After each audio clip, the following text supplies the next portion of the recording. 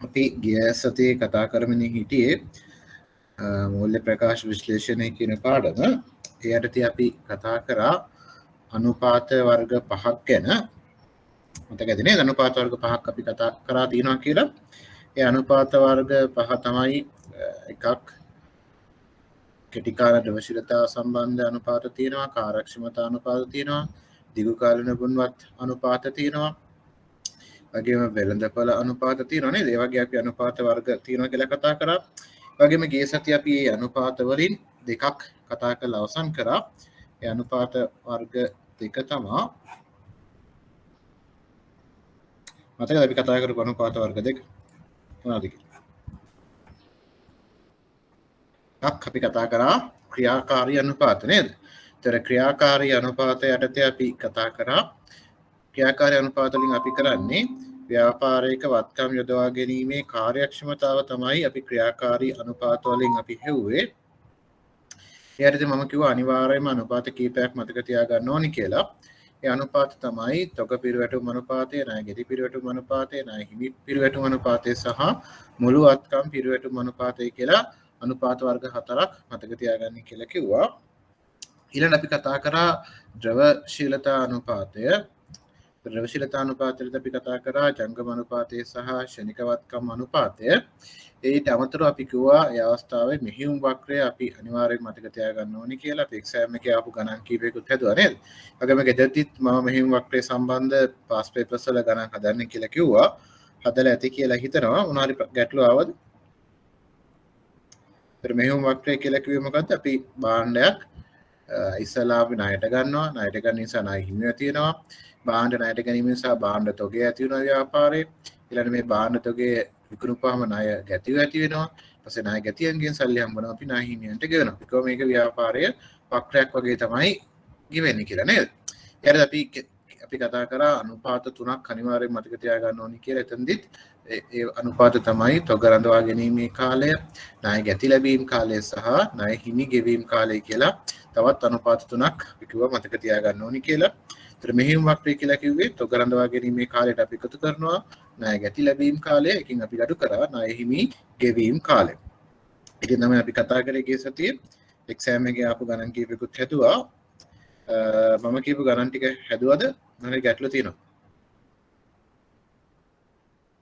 මම හිතන්නේ හදන්න ඇති. ඒ උත්තරම එන්නත් ඇති. හරි. අපි එවනම් අද බලමු ඊළඟ අනුපාත ටික.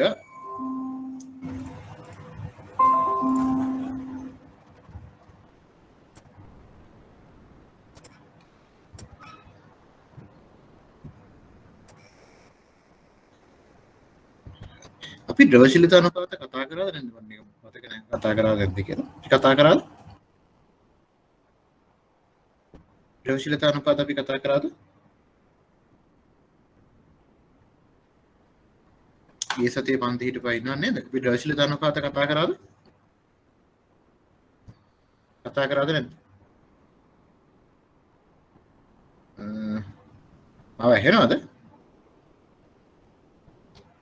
එහෙනම් නේද මම? අපි ද්‍රවශීලතා අනුපාත කතා කරාද පන්තියේද? ප්‍රශ්න අහන්නේ බය වෙන්න එපා. මම දැනගන්න ඕනේ කරාද නැද්ද කියන එක විතරයි. කරේ නැහැ නේද? හරි. කරන්නේ. පිරාද කරමු. ඉන්නක් දෙන්න. ඔකේ.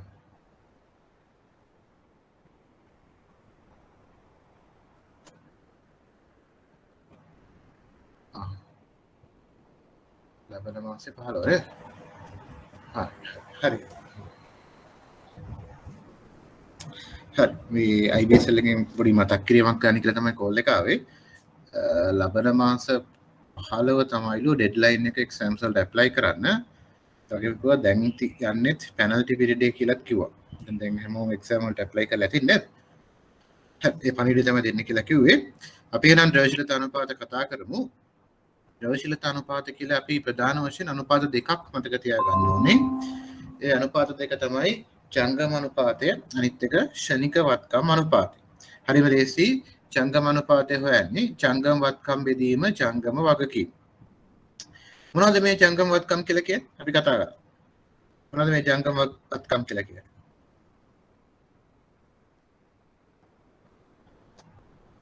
දන්නවනේ හැමෝනේ අපි ගිය සතියේ මම හිතන්නේ මම කිව්වා ජංගමවත්කම් කියන්නේ මොනවද කියලා. මොනවද ජංගමවත්කම් කියලා කියන්නේ?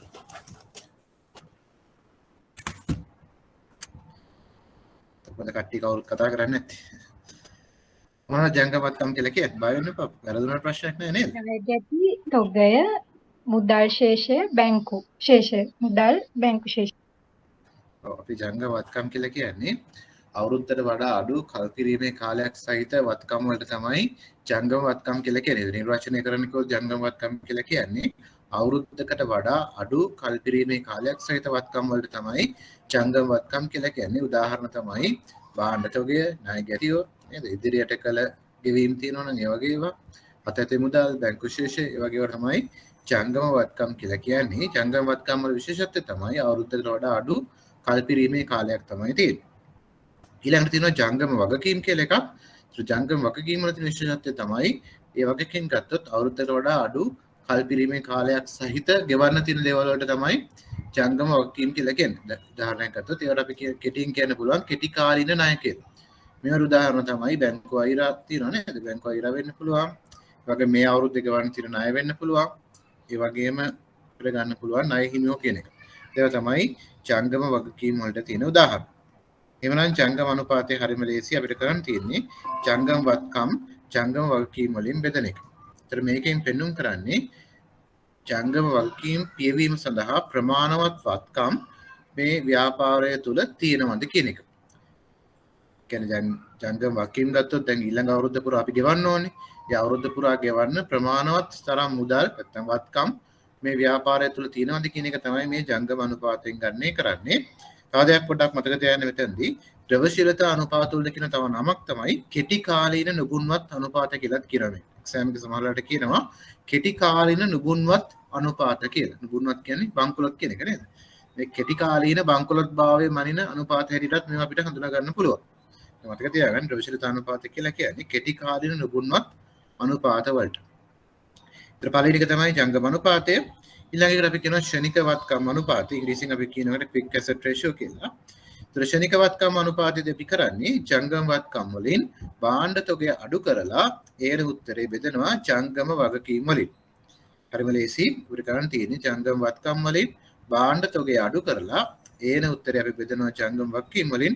ඒකට අපි කියනවා ශනික වත්කම් අනුපාතය කියලා.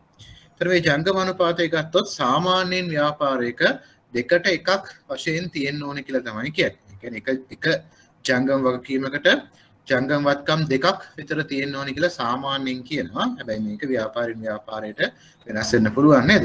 දැන් උදාහරණයකට IBSL ගත්තොත් මේ අපිට මේ ජංගම වත්කම් කියනවා එච්චර අවශ්‍ය වෙන්නේ නැහැ නේද? නමුත් බාහිර නිෂ්පාදන ව්‍යාපාරයක් ගත්තොත් මේ ජංගම වත්කම් කියන්නේ විශාල වශයෙන් අවශ්‍ය වෙනවා නේද? ඒ නිසා ව්‍යාපාරින් ව්යාපාරයට මේක වෙනස් වෙනවා. නමුත් සාමාන්‍යයෙන් කියනවා මේ අනුපාතය දෙකට එකක් හැටියට තියෙන්න ඕනේ කියලා. ඒ වගේම ශනික වත්කම් අනුපාතය කියලා සාමාන්‍යයෙන් එකට එකක් හැටියට තියෙන්න ඕනේ කියලා. ඒ කියන්නේ එක ජංගම වගකීමකට ශනික වත්කම් එකක් තියෙන්න ඕනේ කියලා කියනවා. ඒතර මේ දෙක මතක තියාගත්තාම ඇති ද්‍රවශීලතා අනුපාත සම්බන්ධයෙන් අපි එක ගානක් විතරක් අද එක්සෑම් එකේ ආපු. හරිම ලේසියිනේ මේ වැඩි වෙලාවක් යනකොට අපි හදලා බලමු.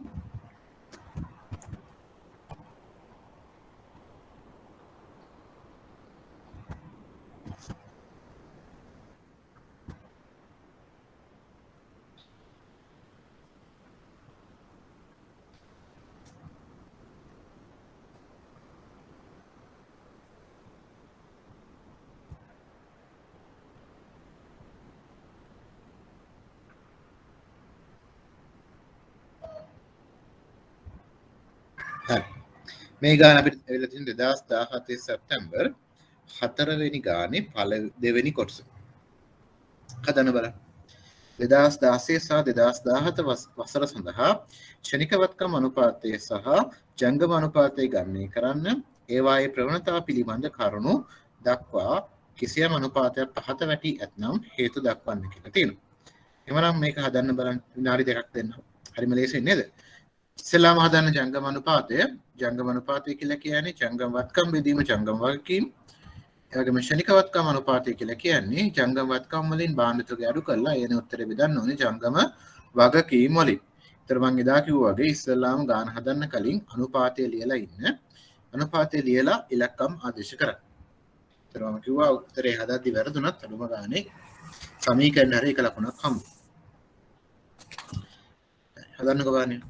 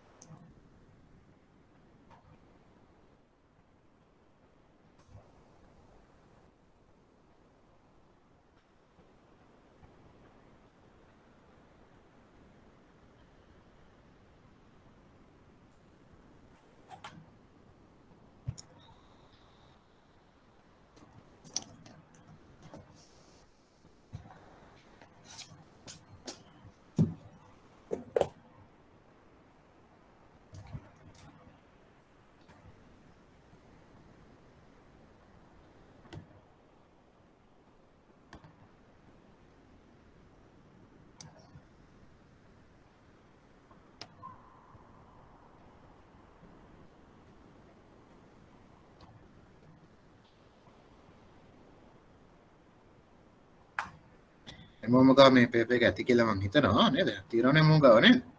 නැති කවුරු හරි ඉන්නවද? මම ගාව ඇති.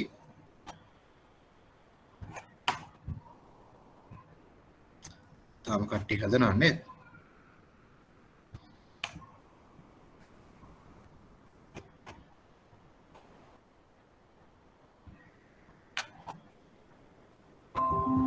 වයිට් බෝඩ් එක පේනවද ඔකටියට? වයිට් බෝඩ් එක පේනවද? හරි. අපි ඉස්සෙල්ලාම හදමු ජංගම අනුපාතය. ඉස්සෙල්ලා මම කිව්වාගේ ඉස්සෙල්ලා සමීකරණ ලියා ගන්න.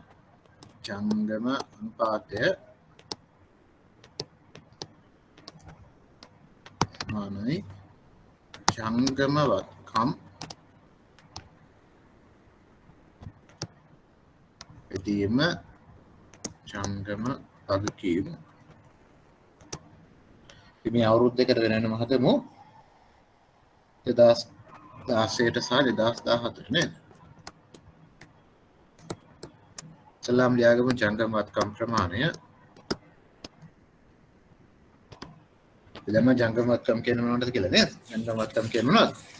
කෙටි කාලන වත්කම් අර මේ ශේෂපත්‍රයේ ජංගම වත්කම් කීයක් තියෙනවද කියලා. එලිම දින මුළු ජංගම වත්කම් 10500 කියලා 2016 2017 දීලා තිනවා 15000ක් කියලා. ඒතර ජංගම වගකීම් ගත්තොත් 2016 තියෙනවා ජංගම වගකීම් 5000ක්. වගේම 2017 තියෙනවා 7000ක්. එහෙනම් ජංගම අනුපාතය සමානයි 10500 බෙදීම 5000යි 15000 බෙදීම 7000යි.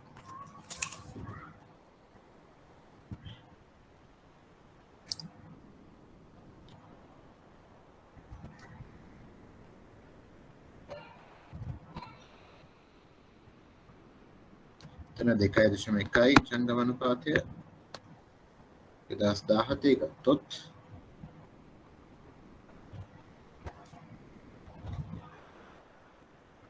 2.1යි නේද? වර්ධනය වෙලා තිනවා 2017 2016ට සාපේක්ෂව නේද? හරි මේ උත්තර ආවද මට? මං හදුව වැරදිද? හරි. වෙනදී වර්ධින්න පුළුවන්. මගේ උත්තරේ හරිද? හරිද? හරි. හරි. එහෙනම් අපි ඊළඟට බලමු ශනික වත්කම් අනුපාතය. ඒකට අපි හොයාගන්න ශනික වත්කම් ප්‍රතිපද කරන්න ඕනේ තොගේ අවශ්‍ය වෙනවා නේද? තොගේ අපිට දීලා තියෙන ව්‍යාපාරයේ 2016 5000යි 2017 දී 10000ක් වෙලා සිටිනවා. එහෙනම් අපිට ශනික වත්කම් අනුපාතය හදන්න පුළුවන්. එතන මේ වගේ පිළිවෙලට ලියලා හදන්න. එතකොට වෙලාව ගියත් කමන්නේ. සමීකරණ ලියන්න. ඇත්තටම මම සමීකරණ ලිව්වේ නෑ. වෙන සැරේ හදද්දි සමීකරණ ලියන්න 10500න් අපි අඩු කරන්න ඕනේ භාණ්ඩ තොගය. ඒන උත්තරේ බෙදන්න ඕනේ ජංගම වගකීම් වලින් නේද? එතනත් එහෙමයි 15000න් අපි අඩු කරන්න ඕනේ 10000ක්. ඒන උත්තරේ බෙදන්න ඕනේ 7000න්. 10500න් 5000ක් ගියාම 6500 නේද? හරිද?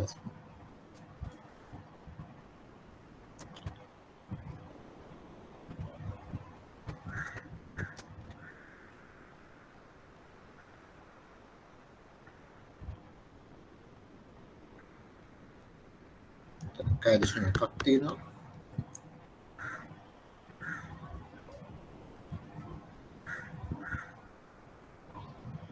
එතන දශම 7යි එකක් තියෙනවා. මේ උත්තර ආවද හැමෝටම?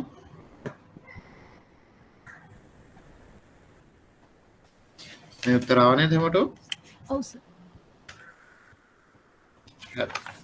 එහෙනම් අපි මේ ගාන එක කොටසක් හදලා ඉවරයි. මේක කියනවා ඊළඟට අනුපාතයෙන් ගණනය කරන්න ඒ වායේ ප්‍රවණතාව පිළිබඳ කරුණු දක්වා. එහෙනම් ප්‍රවණතාවය ගැන අපි මොකක්ද කියන්න පුළුවන්? මේ ව්‍යාපාරය ගත්තොත් අපි කිව්වා අනුපාතයක් හැදුවට පස්සේ මොකද කරන්න ඕන? අපි ගෙසති කතා කරා. මොකද අනුපාතයක් හැදුව පමණින් අපිට අදහසක් දක්වන්න පුළුවන්ද? අදහසක් දක්වන්න බෑ නේද? අනුපාතයක් හැදුවට පස්සේ අපි මොකද කරන්න ඕන? මොකද අපි කරන්න ඕන? කොයි අනුපාතය සංසන්දනය කරන්න ඕනේ නේද? මොනවත් එක්කද අපි සංසන්දනය කරන්නේ? ඒ ව්‍යාපාරයම අතීත දත් එක්ක සංසන්දනය කරන්න පුළුවන්. එහෙම නැත්නම් ඒ ව්‍යාපාරයම පුරවකථනය කරපු දත් එක්ක සංසන්දනය කරන්න පුළුවන්.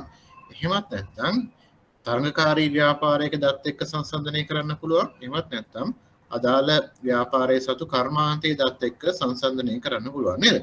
මේ දීලා තියෙන තොරතුරු වලින් අපිට මේ අවස්ථාවේ පුළුවන් වෙන්නේ අතීත දත් එක්ක සංසන්දනය කරන්න. ඒතර අපිට කියන්න පුළුවන් 2016 වසරට සාපේක්ෂව 2017 වසරේදී ජංගම අනුපාතය වැඩි වී ඇති අතර ක්ෂණිකවත්කම් අනුපාතය නමුත් 2016 වසරට සාපේක්ෂව 2017 දී අඩු වී ඇත. ඒක තමයි බලාපොරොත්තු වුණ උත්තරය. ප්‍රවණතාවය කියන්නේ ඒකයි. වැඩි වුණාද අඩු වුණාද කියලා අපි කියන්නේ. ඒක පුළුවන් ලියා ගන්න නේද? ජංගම අනුපාතය වැඩි වෙලා තියෙනවා. ක්ෂණිකවත්කම් අනුපාතය අඩු වෙලා තියෙනවා. ඒක තමයි ඊළඟ කොටසේ පළවෙනි කැලේ උත්තරය. ඒවායේ ප්‍රවණතාව පිළිබඳ කරුණු දක්වා කිසියම් අනුපාතයක් පහත වැටී යත්නම් හේතු දක්වන්න. දැන් අපි පහත වැටුණු අනුපාතය මොකද්ද? ක්ෂණිකවත්කම අනුපාතය තමයි පහත වැටලා තියෙන්නේ. එහෙමනම් මේකට හේතුව මොකක්ද? කාටද කියන්න පුළුවන්? හරිම ලේසියි. මේ ක්ෂණිකවත්කම අනුපාතය තොගේ වැඩිවීම. ඔව්. මේකට හේතුව තමයි මේ ව්‍යාපාරයේ භාණ්ඩ තොගය දෙගුණයකින් වැඩි වී ඇත නේද? 5000ක් තිබ්බ භාණ්ඩ තොගය 2017 දී 10000ක් වෙලා. එහෙනම් ඒකට හේතුව තමයි තොගය වැඩි වීම. මේක හොඳයිද? ඒක එක්සෑම් එකට අවශ්‍ය නැහැ. මම නිකමට අහන්නේ. මේ තොගය වැඩි වෙන එක හොඳයිද? හොඳ නෑ සර්. හොඳ හොඳ නැහැ. මොකද තොගය වැඩි වුණොත් අපිට මොකද වෙන්න පුළුවන්? භාණ්ඩ විනාශ වෙන්න පුළුවන්, යල් පනින්න පුළුවන්, කල්පිරෙන්න පුළුවන් නේද? වාෂ්ප වෙන්න පුළුවන් නේද? ඒ වගේ රක්ෂණ ගාස්තු දරන්න වෙනවා, ගබඩා ගාස්තු දරන්න වෙනවා. විවිධ වියදම් ඇති වෙන්න පුළුවන් මේ තොගය වැඩි වීම නිසා. නිසා මේක එච්චර හොඳ තත්ත්වයක් නෙවෙයි. නමුත් ඒක එක්සෑම් එක බලාපොරොත්තු වෙන්නේ නැහැ. එක්සෑම් එක බලාපොරොත්තු වෙන්නේ පහත වැටෙන එකට හේතුව විතරයි. එහෙනම් අපි දන්නවා හේතුව තමයි තොගය අඩු වීම, තොගය වැඩි වීම. ඒක තමයි හේතුව. බලමු තව මොනවද ඒ හා සම්බන්ධ එක්සෑම් එකට අවිල්ලා තියෙන්නේ කියලා.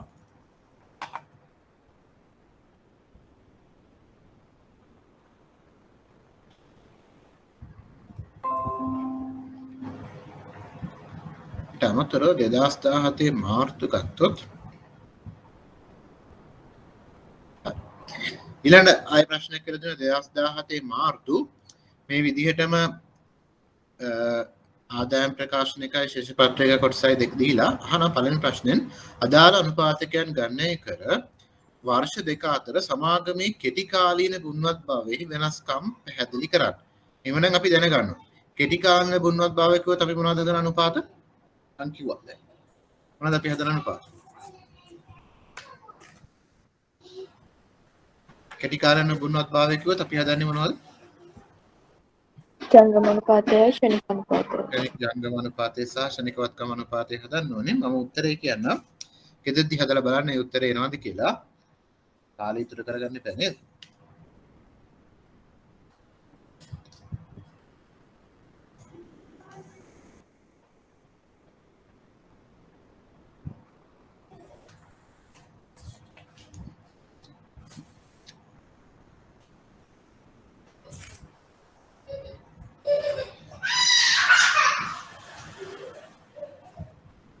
පඩකෙන උත්තරේ හොයාගන්න.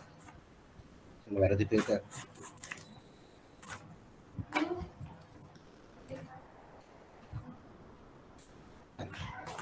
මේක හරියට ඇදුවොත් ජංගම අනුපාතය ලියාගන්න. ගෙදරදී උත්තරේ හදාගන්න.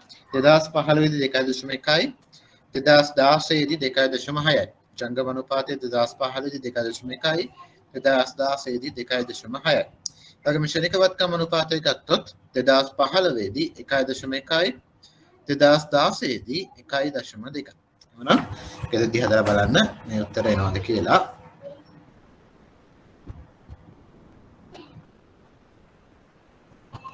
ඒ වගේම ආයෙත් ඒ හා සමාන ප්‍රශ්නයක් ඇවිල්ලා තිනවා 2016 මාර්තු වලත් වෙනති ජංගම අනුපාතය සහ ද්‍රවශීල අනුපාතය ගණනයකට වර්ෂ දෙක අතර කෙටි කාල නුබුන්වත්භාවය. එතකොට කෙටි කාල නුබුන්වත්භාවය කියම අපි දන්නවා.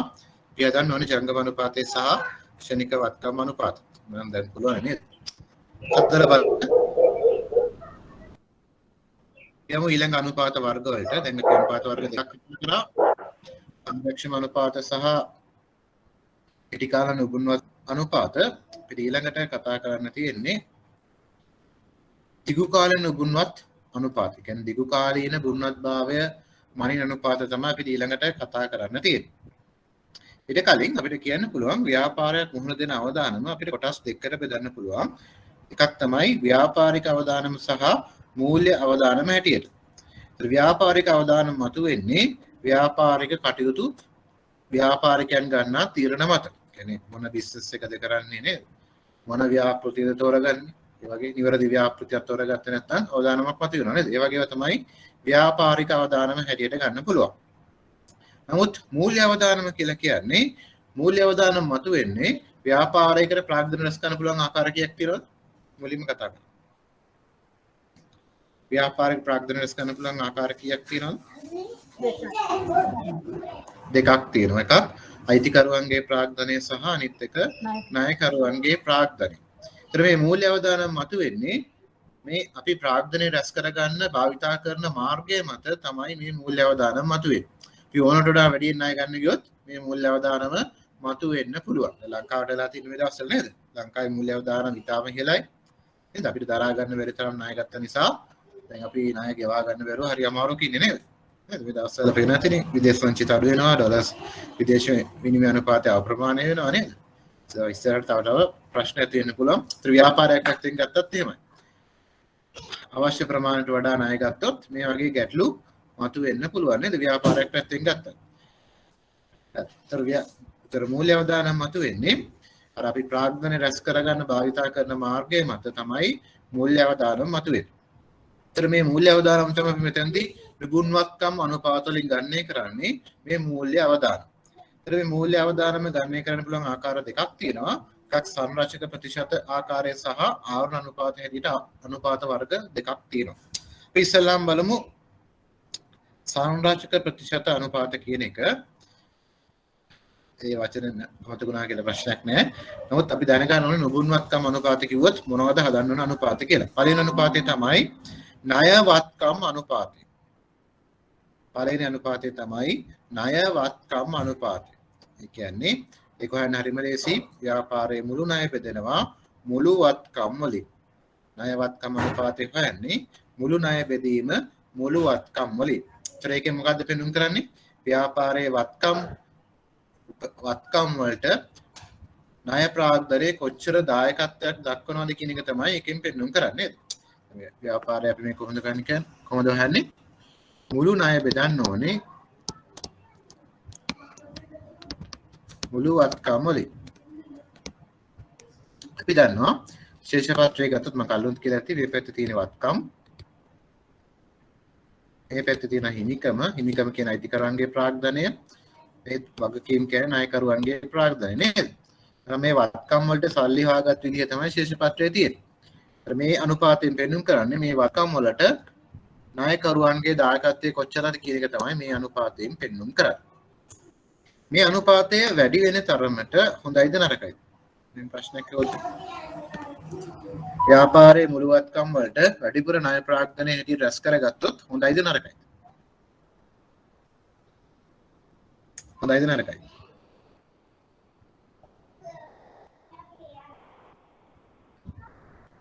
ණය ප්‍රාග්ධනය වැඩි වෙන එක හොඳයිද නරකයිද? කාටද කියන්න පුළුවන්? නරකයි සර්. හරි වෙනත් උත්තර තියෙනවද? ඒක හොඳයිද නරකයිද කියලා අපිට එක පාටම කියන්න බෑ. ඒකට හේතුව තමයි අපි කතා කරා පළවෙනි දවස්වල අපි ප්‍රාග්ධනය රැස් කරද්දී අඩුම පිරිවැයක් සහිත මාර්ගය මොකක්ද? කාට හරි මතකද? ප්‍රාග්ධනය රැස් කරද්දී අඩුම පිරිවැයක් සහිත මාර්ගය මොකක්ද? ණය ප්‍රාග්ධනය. ප්‍රාග්ධනය අපි ණය ප්‍රාග්ධනයට අපි ගවන්නේ පොලිය නේද? පොලිය කියන එක නිශ්චිතයි. ලාභය වැඩි වුණා කියලා අපි වැඩිපුර පොලියක් ගෙවීමේ අවශ්‍යතාවයක් නැහැ නේද? ඒ නිසා සාමාන්‍යයෙන් ව්‍යාපාරයක අයිතිකරුවන්ගේ ප්‍රාග්ධනයට සාපේක්ෂව ණය ප්‍රාග්ධනය වැඩි නම් ව්‍යාපාරයේ ලාභදායීත්වය ඉහළ යනවා. ලාභයේ පැත්තෙන් මේක හොඳයි. නමුත් ගැටලුව මතුවෙන්නේ කොතනද? ව්‍යාපාරයේ ප්‍රමාණවත් ලාභයක් ලැබුවේ නැත්නම් මොකද වෙන්නේ? පොලියේ තියෙන ප්‍රශ්නේ මොකක්ද? ව්‍යාපාරයේ ලාභ ලැබුවත් නැතත් අනිවාර්යයෙන්ම ගෙවන්න ඕනේ නේද? නමුත් ලාභාංශ කියන එක ලාභ තිබ්බොත් ගෙවනවා, ලාභ නැත්නම් මොන්න නොගෙව ඉන්න පුළුවන්. නමුත් පොලිය කියන එක එහෙම කරන්න පුළුවන්ද? පොලිය කියන එක එහෙම කරන්න බෑ. ව්‍යාපාරයේ ලාභ ලැබුවත් නැතත් අනිවාර්යයෙන්ම ගෙවන්න ඕනේ. ඒ නිසා තමයි ණය ප්‍රාග්ධනය වැඩි වෙනකොට මේ මූල්‍ය අවදානම එන්න වැඩි වෙන්නේ. දැන් ලංකාවටත් ඒ වගේ තත්ත්වයක් නලා තියෙන්නේ නේද? අපි දැන් අපි මේ දවස්වල තියෙන කොරෝනා ප්‍රශ්නය නිසා අපනයන ආදායම අඩු වෙලා තියෙනවා. ඒ වගේම අපිට විදේශ විනිමය බහුලව ලැබෙන මාර්ගයක් තමයි අපේ සංචාරක ව්‍යාපාරය. සංචාරක ව්‍යාපාරය මුළුමනින්ම බිඳ වැටලා තියෙනවා. ඒ වගේම අපේ කට්ටිය ගිහිල්ලා විදේශ රටවල වැඩ කළා. ඒ මගින් අපිට ආදායම ලැබෙනවා. ඒතර ඒකත් මේ දවස්වල අඩු වෙලා තියෙනවා. ඒතර දැන් අපිට විදේශ විනිමය නැති වෙලා තියෙනවා. මුත් අපේ දැන් විදේශ විනිමය නැති වුණා කියලා ණය නොගෙව ඉන්න පුළුවන්ද? බෑ. ඒ නිසා තමයි ලංකාවරත් දැන් දැඩි අවදානමක පසු වෙන්නේ නේද? දැන් කොහොම හරි මේ ණය ගෙවන්නත් ඕනේ. ව්‍යාපාරයක් පැත්තෙන් ගත්තත් එහෙම තමයි. ණය ප්‍රාග්ධනය රැස් කරද්දී එක පැත්තකින් ව්‍යාපාරයේ ලාභ ලබන තාක් ඒක හොඳයි. බැරි වෙලාවත් ව්‍යාපාරයේ පාඩු ලබන්න පටන් ගත්තොත් ණය ප්‍රාග්ධනය ගැටලුවක් වෙන්න පුළුවන්. මම හිතන්නේ පැහැදිලි ඇති. ඊළඟ අනුපාතය තමයි මතක තියාගන්න ඕන එක ණය හිමිකම් අනුපාතය. debt to equity ratio. ණය හිමිකම් අනුපාතය. හරිම ලේසි. ණය හිමිකම් අනුපාතය කියන්නේ මුළු ණය බෙදනවා මුළු හිමිකමෙන්. මේ ශේෂපත්‍රය නේද? මේ වගකීම් ටික බෙදනවා හිමිකමෙන්. එච්චරයි කරන්නේ. මේ පැත්තේ ගැන විතරයි එතෙන්දී අවධානය යොමු කරන්නේ. එතෙන්දී කරන්නේ මොකද්ද? මුළු ණය බෙදනවා මුළු හිමිකමෙන්. එකකින් කියන්නේ මොකක්ද? අයිතිකරුවන්ගේ ප්‍රාග්ධනයට සාපේක්ෂව ණය ප්‍රාග්ධනය කොච්චරක්ද කියන එක තමයි ඒකනොත් පෙන්වුම් කරන්නේ. ඒතර මේ අනුපාත දෙකම වැඩි වෙනවා කියන්නේ අර කෙටි කාල මේ අනුපාත අපි ගණනය කරන දිගු කාල නුගුණවත් භාවය සම්බන්ධයෙන්. ඒතර මේ අනුපාත දෙකම වැඩි වෙනවා කියන්නේ දිගු කාල නුගුණවත් අවදානම එන්න මේ ව්‍යාපාරයේ වැඩි වෙනවා කියන එක. මේ අනුපාත දෙකම ඕනට වඩා වැඩි වෙන එක එච්චරම හොඳ නැහැ. සාමාන්‍යයෙන් බලමු අනුපාත අපිට ඉගෙන ගන්න තියෙන මේ යටතේ. එතන මේ තමයි සංරචක ප්‍රතිශත අනුපාතය යටතේ අපි ප්‍රධාන වශයෙන් අවධානය යොමු කරන ශේෂ පත්‍රය දිහා. ඒතර ශේෂ පත්‍රය දිහා අවධානය යොමු කරලා අපිට අනුපාත දෙකක් අපි ගණනය කරන්න ඕනේ. එකක් ණය වත්කම් අනුපාතය, අනිත් එක ණය හිමිකම් අනුපාතය. ඊළඟට ආවරණ අනුපාතය යටතේ අපි ගණනය කරන්න ඕන අනුපාතය තමයි පොලි ආවරණ අනුපාතය. මේ පළවෙනි එක තමයි එක මෙතන ලියා ගන්න පොලි ආවරණ අනුපාතය කියලා. මේක ටයිප් කරන්න විදිහක් නැහැ. මෙතන ලියා ගන්න පොලි ආවරණ අනුපාතය කියලා. මෙතන ලියන්න මේ පළවෙනි කොටුවේ පොලි ආවරණ අනුපාතය කියලා ලියා ගන්න. මම හිතන්නේ මොකක් කර වෙලා ඩිලීට් වෙලා. එතකොට ආවරණ අනුපාතය යටතේ ඉස්සලාම ඉගෙන ගන්න ඕන අනුපාතය තමයි පොලි ආවරණ අනුපාතය. බලමු මේක හොයන විදිහ. පොලි ආවරණ අනුපාතය. පොලි ආවරණ අනුපාතය හොයන්න කලින් මම ඉස්සලා පොඩි දෙයක් අහන්න ඕනේ. මෙහෙයුම් ලාභය කියන්නේ මොකද? මොම accounting කරන්නේ operation profit කියන්නේ මොකක්ද? operation profit කියන්නේ මොකක්ද? මෙහෙයුම් ලාභය කියන්නේ මොකක්ද?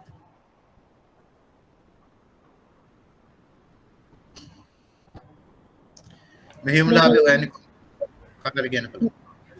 මෙහෙයුම් ආදායම් වලින් මෙහෙයුම් වියදම් අඩු කරලා. ඔව් මෙහෙයුම් ආදායයෙන් මෙහෙයුම් වියදම් අඩු කරාට පස්සේ මෙහෙයුම් ලාභය. මේක අපිට හොයන්න පුළුවන් ආකාර කීපයක් තියෙනවා. පොඩ්ඩක් එකක් බලා ගන්න. එකක් දල ලාභය අරගෙන ඒකට අපි එකතු කරනවා මෙහෙයුම් වෙනත් මෙහෙයුම් ආදායම් තියෙනවා නම් වෙනත් මෙහෙයුම් ආදායම් තියෙනවා එකතු කරලා මේකෙන් අඩු කරනවා ආයතන හා පරිපාලන වියදම් ඒ වගේම විකුණුම් හා බෙදා හැරීමේ වියදම්.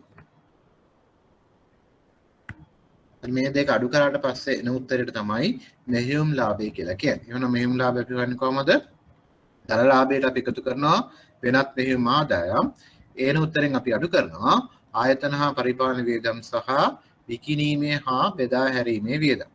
එහෙනම් අපි දන්නවනේ. හරි. මේ ටික අඩු කරාට පස්සේ එන උත්තරය තමයි මෙහෙයුම් ලාභය කියලා කියන්නේ.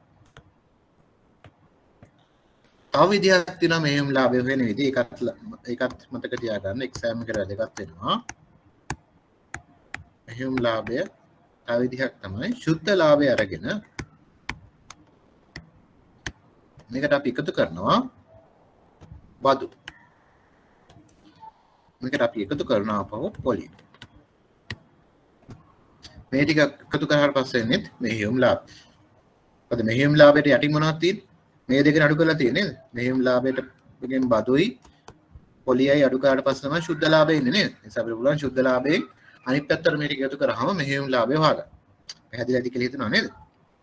ශුද්ධ ලාභය කොහොමද වෙන්නේ? ශුද්ධ ලාභය කොහොමද වෙන්නේ?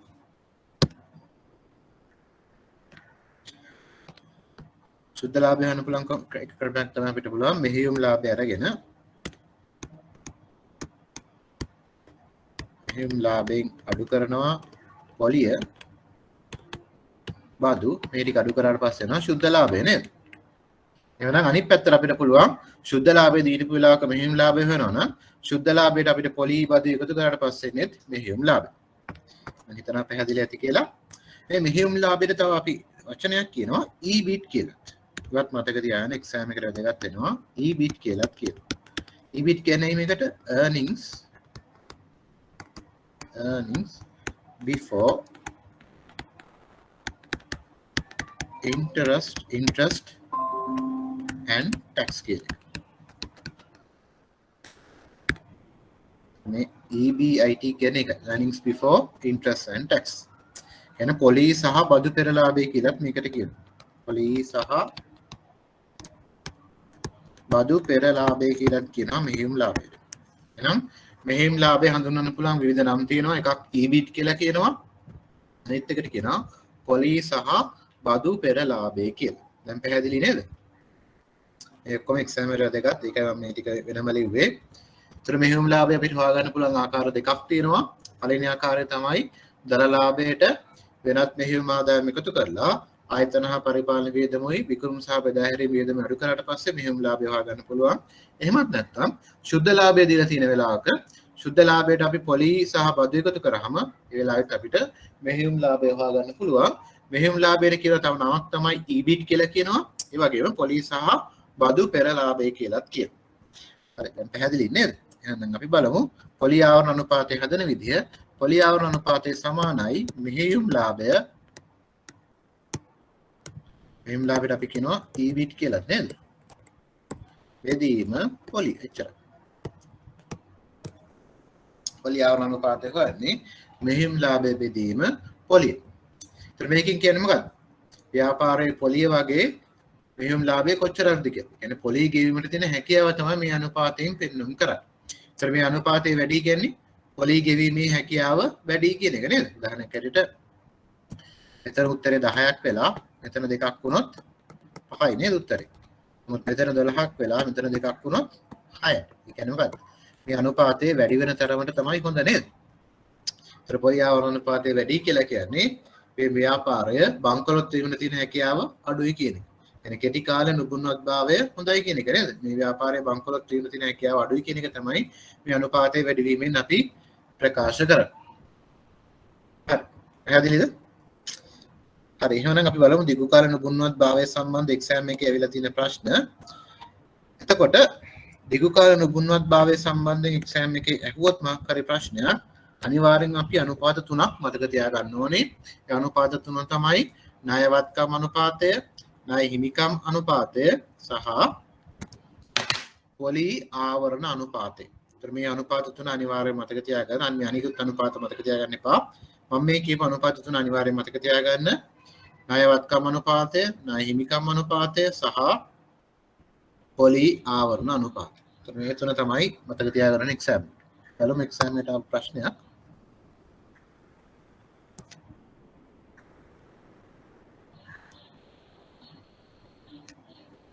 ළඟදී මා ප්‍රශ්නයක් බලමු.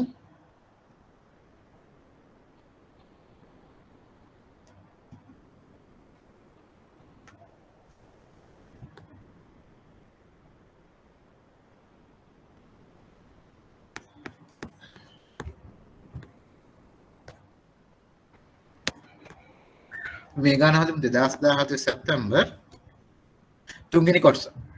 වසර 2 සඳහා දිගු කාල ස්කන්ධ අනුපාතය ගන්න එකට ණය ස්කන්ධ අනුපාතය. ස්කන්ධය කියන එකට තව නමක් කියන්න පුළුවන් කාටද? හිමිකම්. ඔව්. මේ කොයි ප්‍රශ්න නේ. ණය ස්කන්ධ අනුපාතය කියලා කියන්නේ ණය හිමිකම් අනුපාතය කියන එක මතක තියාගන්න. ස්කන්ධය කියන්නේ හිමිකමට. ඒ නිසා ණය හිමිකම් අනුපාතය තමයි මේ කියන්නේ. අපි ඒක දන්නේ නිසා නේද මේක බලමු පොඩ්ඩක්. මේක කරමු. මේ ප්‍රශ්නේ ඇවිල්ලා 2017 මාර්තු අර වගේම දීලා තියෙනවා. ඒ දෙවෙනි කොටස. දිගු කාල ගුණවත්භාවය සහ පොලි ආවරණ සඳහා සුදුසු අනුපාතිකයන් ගන්නකොට වර්ෂ දෙක අතර වෙනස්කම් පැහැදිලි කරන්න. එහෙනම් දිගු කාලීන ගුණවත්භාවය කිව්වොත් අපි අනුපාත තුනක් හදන්න ඕනේ. මොකද අනුපාත තුන ණය හිමිකම් අනුපාතය, ණය හිමිකම් අනුපාතය, ණයවත්කම් අනුපාතය, ඒ වගේම පොලි ආවරණ අනුපාතය. හරි. ඒ අනුපාත තුන හදන්න බලමු විනාඩි දෙකක් දෙන්න. මේක ඇවිල්ලා තියෙන්නේ 2017 මාර්තු 3 වෙනි ප්‍රශ්නේ දෙවෙනි කොටස. එතන හැමෝගම මේ පේපර්ස් ඇතින් නේද? මම හොයන්න බෑ. ඒ අනුපාත තුන ණයවත්කම් අනුපාතය, ණය හිමිකම් අනුපාතය සහ පොලි ආවරණ අනුපාතය හොයන්න බෑ. කාට හරි තේරුම් නැති කෙනෙක් ඉන්නවා නම් අහන්න. හරිම දේශේ ඉන්නේ නේද? ඉස්තර ගන්න දෙයක්වත් නැහැ නේද?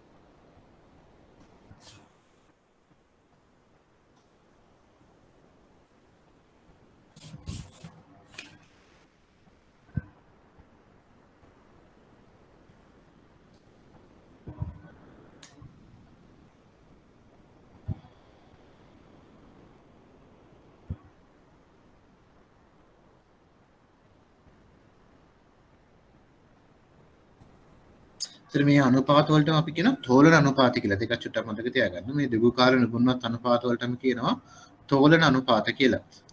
දැන් තෝලන අනුපාත හොයන්න කිව්වත් මේ අනුපාත තුනම තමයි හදන්න ඕනේ. ලිවරේජ් රේෂියෝ කියලා කියන ඉංග්‍රීසි. මේකට අපි කියනවා තෝලන අනුපාත කියලා.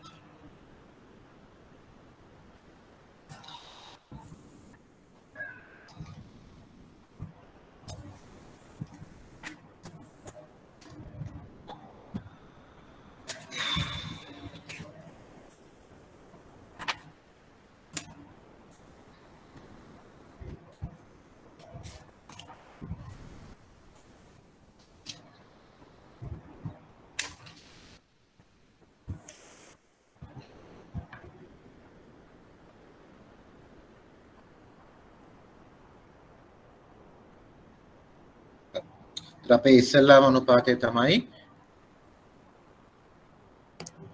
ණය වත්කම් අනුපාතය නේද? ණය වත්කම් අනුපාතය හොයන්නේ කොහොමද? මුළු ණය මෙතනදී අපි දිගු කාලිනයක් ගමු ලේසියෙන් දන. සාමාන්‍යයෙන් දෙකම ගත්තත් කවන්නේ. දිගු කාලින ණය විතරයි කරන් හදමු ලේසි නිසා මෙතන ගන්නවා වත්කම් ප්‍රමාණය නේද? ඒතර මේකේ ගත්තොත් 2016 2015 මේ විදිහට ලියලා හදමු. ඒ දිගු කාලින ණය ගත්තොත්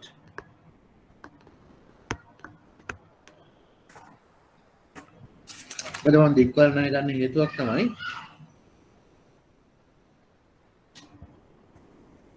දිගු කාලින නුඹුන්වත් භාගය වෙන නිසා අපි දිගු කාලින ණය ගමු. ඒකයි මම ගත්තේ. ඒතර මේක දිගු කාලින ණය හැටියට මොනවද තියෙන්නේ? කරර කියන්න පුළුවන්. මේ ව්‍යාපාරයේ දිගු කාලින ණය හැටියට මොනවද තියෙන්නේ? නායකර නායකර නේද? 106ක නායකරයක් තියෙනවා. 2016 12000ක් තියෙනවා. 2015 12000ක් තියෙනවා. වත්කම් ගත්තොත් මේ ව්‍යාපාරයේ මුළු වත්කම් තියෙනවා 2016 38000ක් 2015 36000ක්. එහෙනම් ණය වත්කම් අනුපාතේ මගේ සිංහල අකුරු ගණන් ගන්න එපා. 12000 බෙදීම 38000 12000 බෙදීම 36000. ඕනනම් මේක ප්‍රතිශතයක් කරලා තියන්නත් පුළුවන්. ප්‍රශ්නයක් නෑ. ප්‍රතිශතයක් කරලා තියනවා නම් සීන් වැඩි කරන්න. බෙදීම 38000 එතන දශම 3යි අපි 2.2යි කියලා ගමු. 12000 බෙදීම 36000 දශම 3යි 3. ඒතර මේ දශම 3යි 2යි කියන එකේ තේරුම මොකක්ද? කාට හරි කියන්න. මේ දශම 3යි 2යි කියන එකේ තේරුම මොකක්ද? මේ උත්තරේ හරියද? මම මට ආපු උත්තරේ හරි නේද? මේ උත්තරේම හැමෝටම ආවේ? මේ උත්තරේම හැමෝටම ආවේ? ඔව්. දශම 3යි 2යි කියන එකේ තේරුම මොකක්ද? 2016.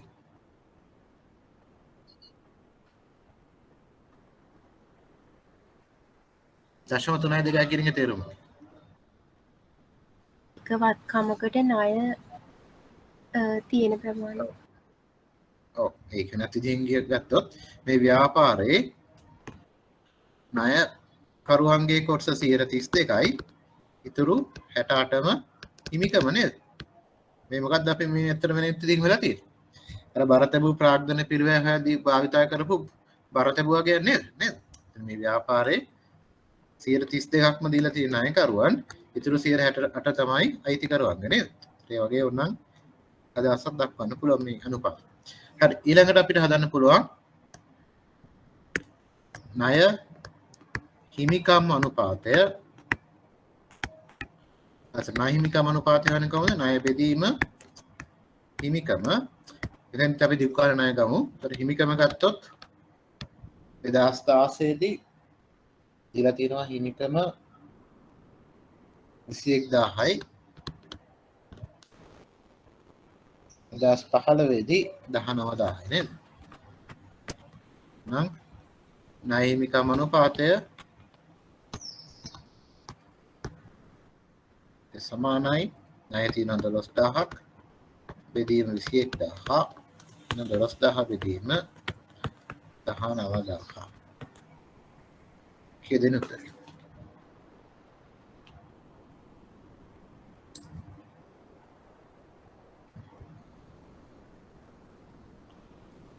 දශම 5යි 7යි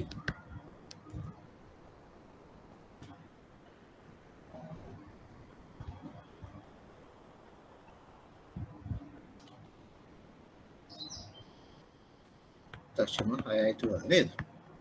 එන මේ ව්‍යාපාරේ ණයකරුවන්ගේ කොටස ටික ටික අඩු වෙලා නේද? දැන් මේ කලින් අනුපාතය ගත්තොත් දශම 33ක් තිබ්බ එක 3.32ක් වෙලා මේකත් 63ක් තිබ්බ එක 57ක් වෙලා. ඒක හොඳයි නරකයිද? දීර්ඝ කාල නුබුන්වත් භාවය සම්බන්ධයෙන් මේක හොඳයි නරකයිද? ණයකරුවන්ගේ කොටසෙන් එන්න අඩු වෙන එක හොඳයිද නරකයිද? හොඳයි. දිගු කාල නිබුණුවත් භාවය සම්බන්ධයෙන් මේක හොඳයි. හැබැයි එක් පැත්තකින් මේක නරකයි. මොන පැත්තෙන්ද නරක? හිමිකම් වැඩි වෙනකොට ගෙවන්න ඕන ලාභාංශ වැඩි වෙනවා. ලාභදායීත්වයේ පැත්තෙන් බැලුවොත් මේක එච්චර හොඳ නැහැ. ලාභදායීත්වයේ පැත්තෙන් හොඳ නැහැ. නමුත් දිගු කාල නිබුණුවත් භාවය පැත්තෙන් ගත්තොත් මේක හොඳයි. ඊළඟට අපි හොයන්නේ පොලි ආවරණ අනුපාතය. සර් මෙතන මුළු ණය කියන එකේදී ණය හිමි කොටස අරගෙන හැදුවොත් වැරදිද? නෑ වැරදි නෑ. නමුත් උපකල්පනය කියලා දාන්න ඕනේ. එහෙම දැම්මත් හරි. නමුත් විභාගයේදී මම දැකලා තියෙන විදිහට මාකින් ස්කීම් වල මේ අනුපාත වලත් හරි නිශ්චිත දැන් ගිණුම් කරන ප්‍රමිතිය වගේ ප්‍රමිතියක් නැහැනේ. සමහරු මේක අරන් හදනවා සමහරු ඒක අරන් නැතුව හදනවා. නමුත් දැන් මම පාස් පේපර්ස් බැලුවොත් හැම විටම වගේ අරන් තියෙන දිගු කාලීන ණය විතරයි. ඒ නිසා එක්සෑම් එකේදී ඔය කට්ටියත් දිගු කාලීන එක විතරක් ගන්න ජංගම වගකීම් ගන්න එපා. නමුත් ඒ ගන්න කියන එක වැරදි නෑ. නමුත් ඒකේ මාකින් ස්කීම් වල හැමතිස්සෙම අරන් තියෙන දිගු කාලීන ණය. අර ප්‍රමිතියක් නැහැනේ. ගිණුම් කරන ප්‍රමිති වගේ නිශ්චිත ප්‍රමිතියක් නැහැ. ඕන කෙනෙක්ට අනුපාතය ඕන විදිහට නිර්වචනය කරලා හදන්න පුළුවන්. නමුත් මාකින් ස්කීම් වලට අනුව අපි කොකරත් දිගු කාලීන ණය විතරක් ගමු. හරි. පොලි ආවරණ අනුපාතය හොයන්නේ කොහොමද? මෙහෙයුම් ලාභයේ බෙදීම හිම් පොලිය නේද? එන ඒ දෙක ඉස්සලා හොයාගමු. 2016 2015 මෙහෙයුම් ලාභය දීලා තියෙනවද මේ ව්‍යාපාරේ? මෙහෙයුම් ලාභය දීලා තියෙනවද? දීලා තියෙනවද නැද්ද?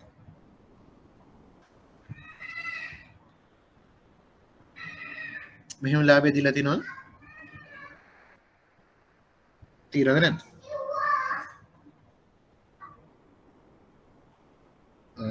මාව එහෙනව නේද? මෙහෙම ලාභය දීලා තිනවද? දු පෙරලාභය විතරයි. ඔව් අපි දන්නවා උනට දැන් මෙහෙම ලාභය හොයාගන්න නේද? හරි පොඩි වෙලාවක් දෙන්න පොඩ්ඩක් කල්පනා කරන්න ඕනේ. ඒ නිසා මම පොඩි වෙලාවක් දෙන්නම් පුළුවන් නම් මෙහෙම ලාභය පොඩ්ඩක් හොයන්න බලන්න.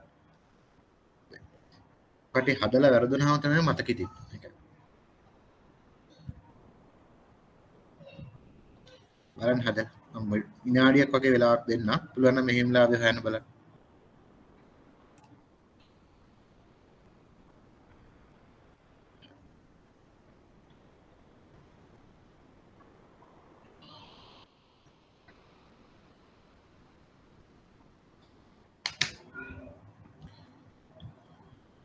මට හිතෙනවා මේ බොහෝ විට මේ අවුරුද්ද එක්සෑම් එකේ මේ වගේ ප්‍රශ්නයක් දෙයි කියලා. මොකද අර මෙහෙයුම් වක්‍රය හොයන ගණන් දෙකක් පිට එක්සෑම් දෙකේම ඇවිල්ලා තිබ්බා. කියන්නේ 2021 ගේ ජනවාරිත් ඇවිල්ලා තිබ්බා.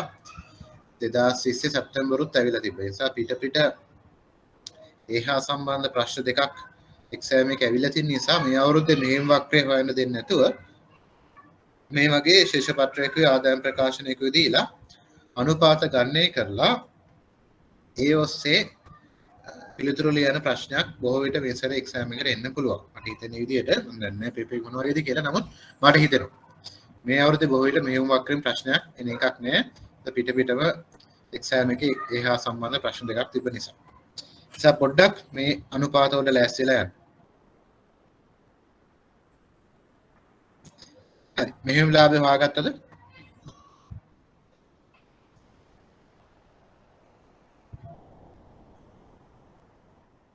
මෙහෙම ලාභය හොයාගත්තද?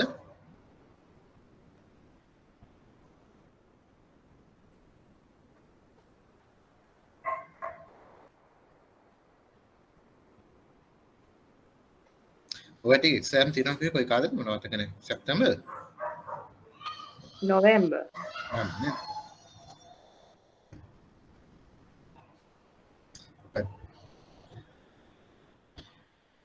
තව පණිවිඩයක් පොඩ්ඩක් කියන්න තියෙනවා. ඊළඟ සතියේ ක්ලාස් නැහැ.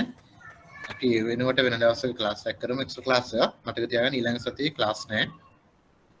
අද පන්තියේ සහභාගී වෙච්ච නැති කවුරු ඉන්නවනම් පොඩ්ඩක් කියන්න. ඊළඟ සතියේ ක්ලාස් එක නැහැ.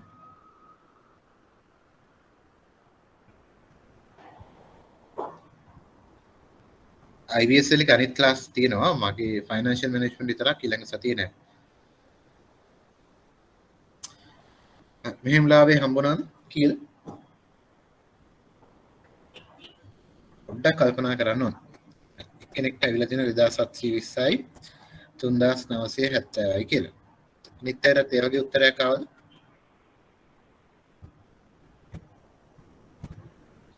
මොනවා හරි තේරෙන්නේ නැති කෙනෙක් ඉන්නවා නම් මැසේජ් කරන්න නැතුව පුළුවන් නම් අහන්න. මොකද ගොඩක් වෙලාවට මැසේජ් බැලෙන්නේ නැහැ. හරි. තව කෙනෙක්ට උත්තරය දෙන්න 2720යි 3970යි. ඒ උත්තර අනිත් අයටත් ආවද? හරි. බලමු වෙලාව විතර කරගන්න නිසා අපි හදමු. අපි ඉස්සල්ලාම ගමු බදු පෙරලාභය නේද? බදු පසුලාභය ගන්න ඕනේද? අවශ්‍ය නැහැ නේද? බදු පෙරලාභය දීලා තියෙන අපි කෙලින්ම මේක ගමු. බැරි වෙලාවත් බදු පසුලාභය ගත්තොත් එමනම් මොකද කරන්න ඕනේ? බදු එකතු කරන්න ඕනේ නේද? ඒ බදු පෙරලාභය දීලා තියෙන නිසා අපි කෙලින්ම මේක ගමු. 4000යි 3750යි නේද? මේකට අපි එකතු කරන්න ඕනේ පොලිය. පොලිය කීයද? මේ ව්‍යාපාරයේ පොලිය කීයද? 720යි. 720යි කොහොමද? 720යි. 106 106 ණය කර 12000ක් 6 12000න් වැඩි. ඔව් මේ ව්‍යාපාරයේ තියෙන ණයකරයක් ඒක 12000යි. ඒක 12000ට පොලිය හෙව්වොත් 12000 වැඩි කිරීම 106 නේද? එනවා අවුරුද්දකට පොලිය කීයද කියලා. ඒකට එක්සෑම් එකේ එතන තමයි පොඩි අමාරු තැනකට තිබ්බේ පොලිය දීලා තිබ්බේ නැහැ. පොලිය අපි හොයා ගන්න ඕනේ. පොලිය හොයාගත්තේ කොහොමද? මේ ව්‍යාපාරයේ 106ක ණයකරයක් තියෙනවා 12000ක්. ඒ නිසා මේ ව්‍යාපාරයේ පොලිය ගෙවන්න ඕනේ 106ක් මේ 12000ට. 12000 106න් වැඩි කරාම 720යි නේද? එවනම් 720යි අවුරුදු දෙකේම මේ තමයි මෙහෙයුම් ලාභය. පොලිය එකතු කරාට පස්සේ එන උත්තරේ තමයි මෙහෙයුම් ලාභය 4720යි 4470. මේ උත්තරේ නේද එක්කෙනෙක්ට ඇවිල්ලා තිබෙන්නේ. මේ උත්තරේ ආවද හැමෝටම? මෙහෙයුම් ලාභය මෙහෙයුම් ලාභය ඔබට තේරුණාද? හරි සර්. හරි නේද? ඒ වගේ එක්සෑම් එක පොඩ වෙනස් කරලා දෙනවා. ඒ විදිහට චුට්ටක් කල්පනා කරන්න ඕනේ එච්චර. මාරු නේ එක්සෑම්.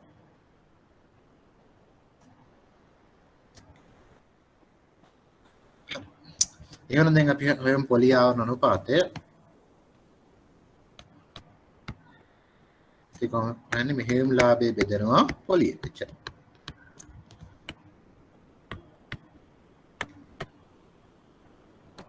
සරේ අරන් කොච්චර පොලිය ආවරණ අනුපාතය කීයද කියලා.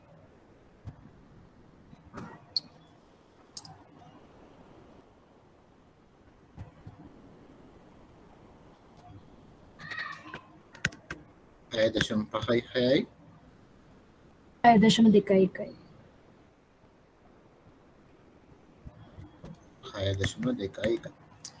එහෙමනම් මේ ව්‍යාපාරේ දිගු කාල නුගුණවත් භාවය ගැන මොකක්ද කියන්න පුළුවන්? මේ අනුපාත තුන දැක්කම. මොකද වෙලා තියෙන්නේ? පොලිය ආවරණය කියන්නේ වැඩි වෙලාද අඩු වෙලාද? වැඩි වෙලා වර්ධනය වෙනවා. ඒක හොඳයි නේද? ඒ වගේම ණය හිමිකම් අනුපාතය ගත්තත් ඒකත් හොඳ වෙලා නේද? කියන්නේ නුගුණවත් භාවයේ පැත්තෙන් හොඳයි. ඒ වගේම ණය වත්කම් අනුපාතය ගත්තත් ඒකත් හොඳ වෙලා. එhmenan මේ ව්‍යාපාරයේ අනුපාත දිහා බලවම අපිට කියන්න පුළුවන් දිගු කාලේ නුගුණවත් භාවය වර්ධනය වී ඇත නේද? කියන්නේ දිගු කාලේ නුගුණවත් භාවය බංකොලොත් වීම තියෙන හැකියාව මේ ව්‍යාපාරයේ අඩු වෙලා තියෙනවා 2015 අවුරුද්දට සාපේක්ෂව. ඒක තමයි බලාපොරොත්තු වෙච්ච උත්තර. ලේසි නේද? මොරනේ? හරි එහෙනම් අපි තවත් අනුපාත වර්ගයක් අපි කතා කරා. මේකට අපි කිව්වා දිගු කාල නුගුණවත් අනුපාත කියලා. අපි බලමු තව එක්සෑම් එකේ ආපු ප්‍රශ්න මොනවද කියලා.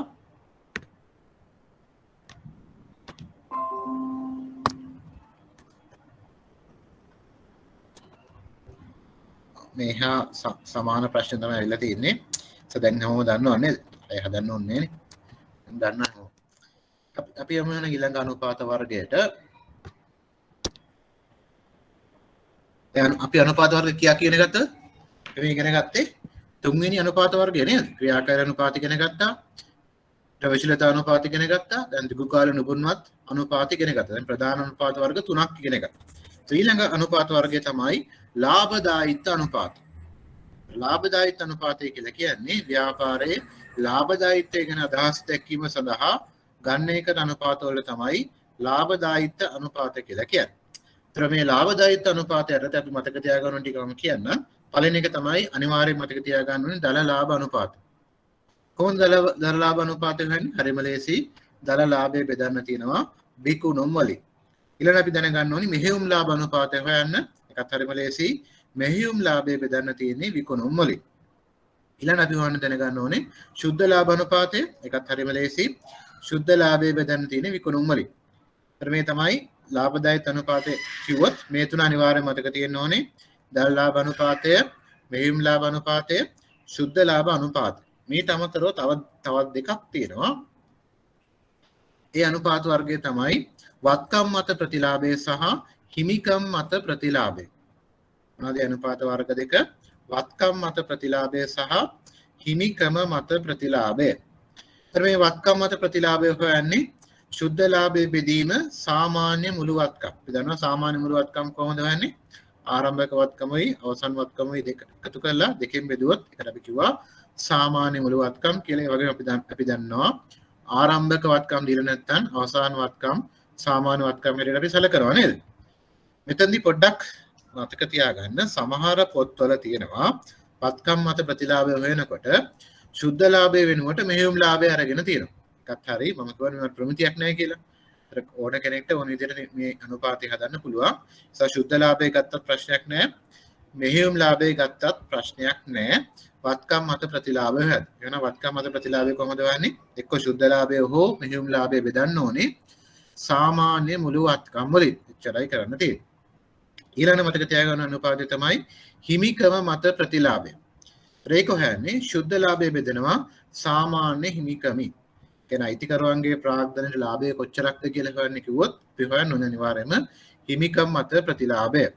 ඒ වගේම ව්‍යාපාරයේ වත්කම් යොදවා ගැනීමට සාපේක්ෂව ලාභය හොයන්න කියලා කිව්වොත් අපි හොයන්න ඕනේ වත්කම් මත ප්‍රතිලාභය. එහෙමනම් ලාභදායීත්ව අනුපාත කීයක් තියෙනවද අපිට ඉගෙන ගන්න? අනුපාත පහක් තියෙනවා ඉගෙන ගන්න. මොනවද? දල ලාභ අනුපාතය, මෙහෙයුම් ලාභ අනුපාතය, ශුද්ධ ලාභ අනුපාතය, වත්කම් මත ප්‍රතිලාභය සහ හිමිකම මත ප්‍රතිලාභය. මේ අනුපාත වර්ග පහ අනිවාර්යයෙන්ම එක්සෑම් එකේදී මතක තියෙන්න ඕන. හරි නේද? පුළුවන් නේද? අපි වලමෙන එක්සෑම් එකේ ආපු ගානකින්ම මේ ටික ගන්න එකලා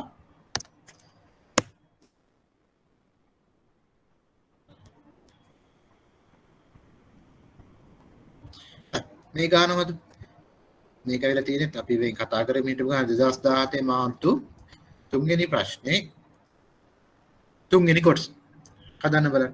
කොටස් හිමියන් සඳහා සහ ව්‍යාපාරයේ වත්කම් යෙදවීම සම්බන්ධ ලාභදායීත්ව අනුපාතිකයන් ගණනය කරන්න. ඒතර කොටස් හිමියන් සඳහා කිව්වොත් මොකක්ද අදාළ අනුපාතය? කොටස් හිමියන් සඳහා කිව්වොත් ප්‍රතිලාභ අනුපාතය. හිමිකම් මත ප්‍රතිලාභය හදන්න ඕනේ. ව්‍යාපාරයේ වත්කම් යෙදවීම සම්බන්ධයෙන් කිව්වොත් මොකද හදන්න? වත්කම් මත ප්‍රතිලාභය හොයන්න ඕනේ නේද? return on assets සහ return on equity ROE සහ ROA හැටියට අපි කෙටියෙන් හඳුන්වනවා ওই අනුපාත දෙක. හදන්න බලන්න එන විනාඩි 2ක් විතර දෙන්න. වෙනවනේ ඒ ටික හදුවම ලකුණු 15ක් දෙන්නම නේද? ඒකේ හතරවෙනි කොටසෙන් අහන්නේ කාරක ප්‍රාග්ධනය කුමක්ද? කාරක ප්‍රාග්ධනය කියන්නේ මොකක්ද? ඉදිරියදා මෙහෙයුම් කටයුතු පවත්වා ගැනීමට අවශ්‍ය ප්‍රාග්ධනය. කාරක ප්‍රාග්ධනය කොටස් දෙකයි. දල කාරක ප්‍රාග්ධනය සහ ශුද්ධ කාරක ප්‍රාග්ධනය. දල කාරක ප්‍රාග්ධනය කියන්නේ ජංගම වත්කම් වලට. ශුද්ධ කාරක ප්‍රාග්ධනය කියන්නේ ප්‍රාග්ධනය කියලා කියන්නේ ජංගම වත්කම් වලින් ජංගම වක්කීන් අඩු කරාට පස්සේ වෙන උත්තරේ නේද? ඒකට කියව ලකුණු 3ක් ගන්න පුළුවන් තව. ලකුණු 18ක් නේද? හරිම ලේසි. ඒවන් එක්සෑම් එක අමාරු නෑ. පොඩ්ඩක් පාඩම් කරගෙන යන්න තියෙනවා. පුදුමේ තමයි මේ අනුපාත මේ වගේ ලේසි ප්‍රශ්න ඇහුවත් ළමයින්ට ලකුණු නෑ. ඒ හේතුව තමයි පාඩම් නොකිරීම. ඒකට කරන්න දෙයක් නෑ නේද අපිට?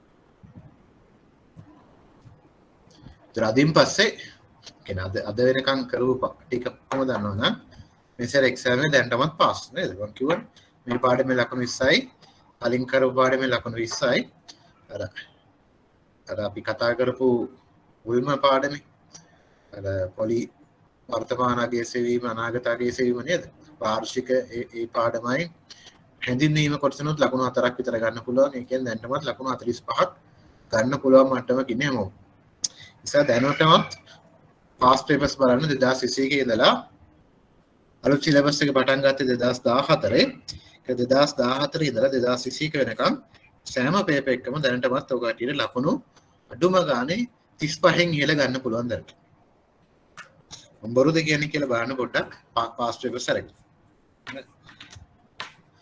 දැනටමත් පාස් වෙන මට්ටමේ ඉන්නේ හැමෝම හරියට දන්නවා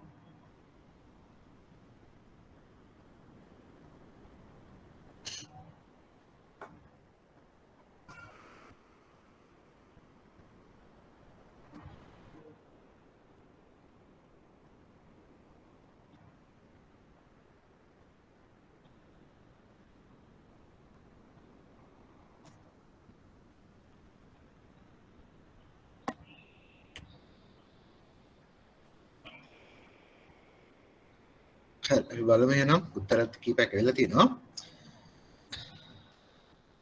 ඉස්සලාම අපි හදමු හිමිකම් මත ප්‍රතිලාභය ඉස්සලාම අපි මොකද කරන්න ඕනේ සමීකරණ ලියා ගන්න ඕනේ මේ හිමිකම් මත ප්‍රතිලාභය අපි කෙටියෙන් කියනවා ROE කියලා return on equity කියලා මේක සමානයි ශුද්ධ ලාභයේ බෙදීම හිමිකම විදන්ට ඉක්මනින් හදන්න ඕන නිසා සාමාන්‍ය හිමිකම ගන්න පුළුවන් 2016 අවුරුද්දට නමුත් මේක නැතුව හදමු බේසික් උත්තරේ ගන්න ඕන නිසා එක්සෑම් එක හැබැයි සාමාන්‍ය හිමිකම නැතුව අවසාන හිමිකම සාමාන්‍ය හිමිකම හැටියට අරන් තිබ්බත් සම්පූර්ණ ලකුණු දුන්නා. ඒතර හිමිකම ගත්තොත් 2016 21,000ක් තියෙනවා 2015 19,000ක් තියෙනවා ශුද්ධ ලාභය ගත්තොත් 2016 2000යි 2015 1860 එහෙනම් ROE සමානයි 2000 බෙදීම 21000 ත් 1860 නේ 1860 බෙදීම 19000 බලමු උත්තරේ කීයද කියලා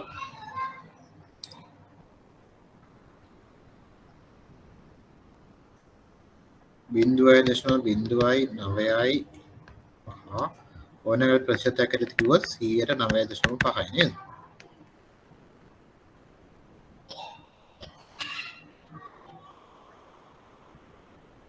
बिंदुයි 0.9යි ඔන්න 9.8. මේ උත්තරය આવද හැමෝටම? 9.5 9.8යි. ඔව් සර්. ඊළඟට අපි බලන්න ඕනේ වත්කම් මත ප්‍රතිලාභය. ඊට අපි කෙටියෙන් කියනවා ROA කියලා. return on asset කියලා. ඒතර මුළු වත්කම් ගත්තොත් 38000යි 2016 36000යි 2015 නේද? එහෙනම් ROA සමානයි 2000 බෙදීම 38000 මේක මෙහෙයුම් ලාභය අරගෙන හදුවත් වැරදි නෑ හරි මේ 2000 වෙනුවට ඔය කට්ටියට ගන්න පුළුවන් මේ අපි හොයාගත්තට මෙහෙයුම් ලාභය නේද 4720යි කියලා 4720 බෙදීම 38000 ගත්තත් උත්තරේ හරි වැරදි නෑ මේක 1860 බෙදීම 36000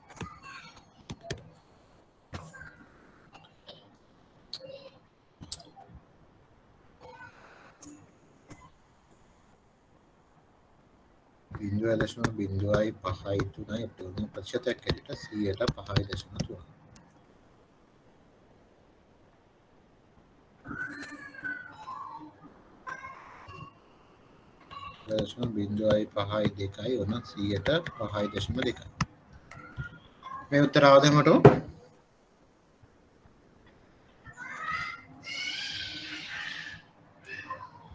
मैं उत्तर आवदे मटो හරි සර්. හරි එහෙනම් ඔය දැන් ලාභදායීත්ව අනුපාත හදන්නත් දන්නව නේද?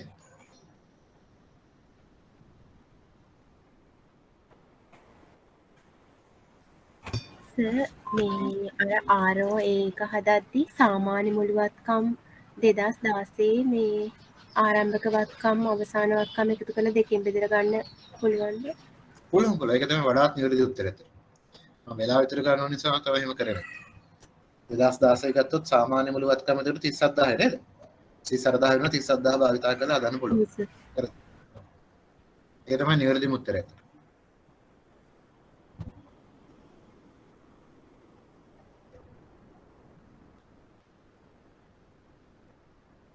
ඊළඟට මේ 2017 සැප්තැම්බර් වල තියෙනවා වසර දෙක අතර ලාභදායීත්ව අනුපාතයන්ගේ වෙනස් වීම ඇගීමට ලක් කරන්න කියලා. දැන් මෙහෙම නම් ප්‍රශ්නයක්.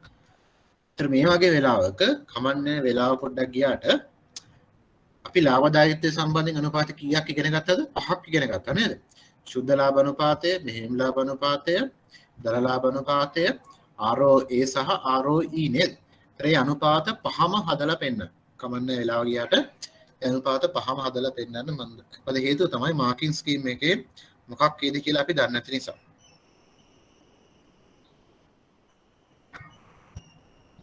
ඒතර වෙනදී අර වගේ හරිම ලේසි ප්‍රශ්න තියෙන්නේ මම ඔක්කොම බලන් ඉන්නේ වෙනස් ප්‍රශ්නයක් තියෙනවද කියලා.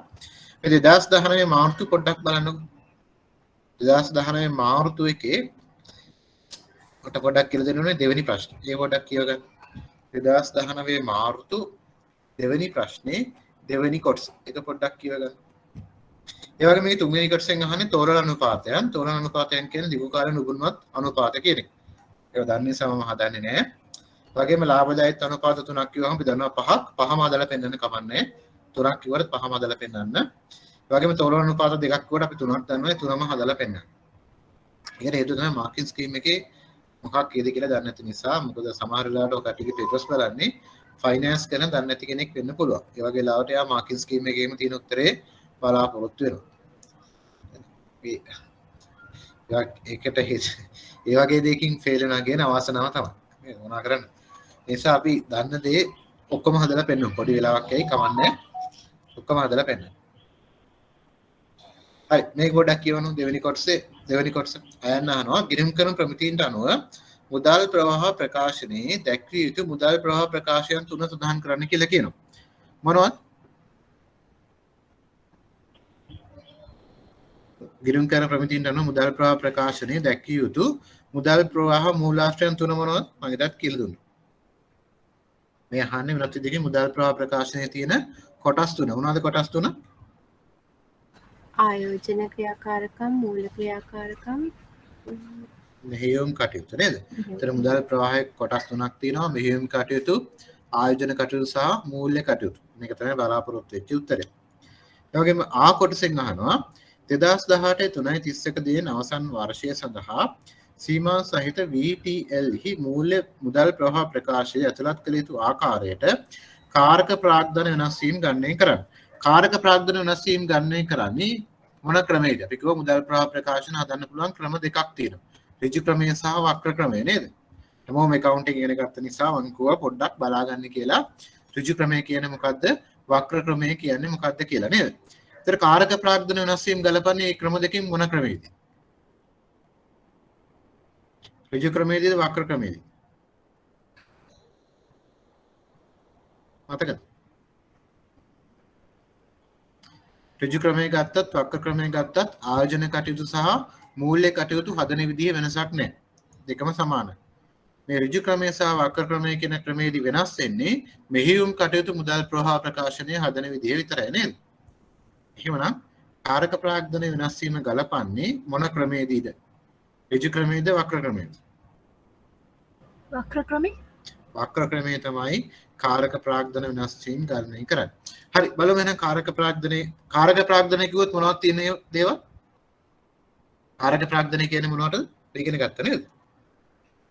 දල කාරක ප්‍රාග්ධනය කියන්නේ මොකටද? මේ ටික වෙලාවකට කලිනුත් කිව්වා. දල කාරක ප්‍රාග්ධනය කියන්නේ මොකටද? ජංගම වත්කම් වලට. ඔව් ජංගම වත්කම් වලට. ඒතර ජංගම වත්කම් වල මොනවද තියෙන්නේ? තොගය, ණය ගැතිය, මුදල් නේද? වෙන බලමු මේකේ මොනවද තියෙන්නේ කියලා. ජංගමවත්කම් සම්බන්ධයෙන් තොගේ තියෙනවා ණය ගැතියෝ තියෙනවා. එහෙනම් කාරක ප්‍රාග්ධන වෙනස් වීම ගලපන්නන තියෙන්නේ. 2018 ගත්තොත් 2014ට සාපේක්ෂව තොගේ කොච්චරකින් වැඩි වෙලා තියෙනවද? තොගේ කොච්චරකින් වැඩි වෙලා තියෙනවද? 43000ක් තිබ්බ තොගේ 58000ක් වෙලා නේද? එහෙනම් තොගේ වැඩි වෙලා තියෙනවා 7000යි 15000කින් වැඩි වෙලා නේද තොගේ? 58000න් 43000ක් අඩු කරාම උත්තරේ 15000 නේද? එතකොට කල්පනා කරලා කියන්න බලන්න කාරක ප්‍රාග්ධනයේ පැත්තෙන් ගත්තොත් තොගේ වැඩිවීම ධන මුදල් ප්‍රවාහයක්ද ඍණ මුදල් ප්‍රවාහයක්ද?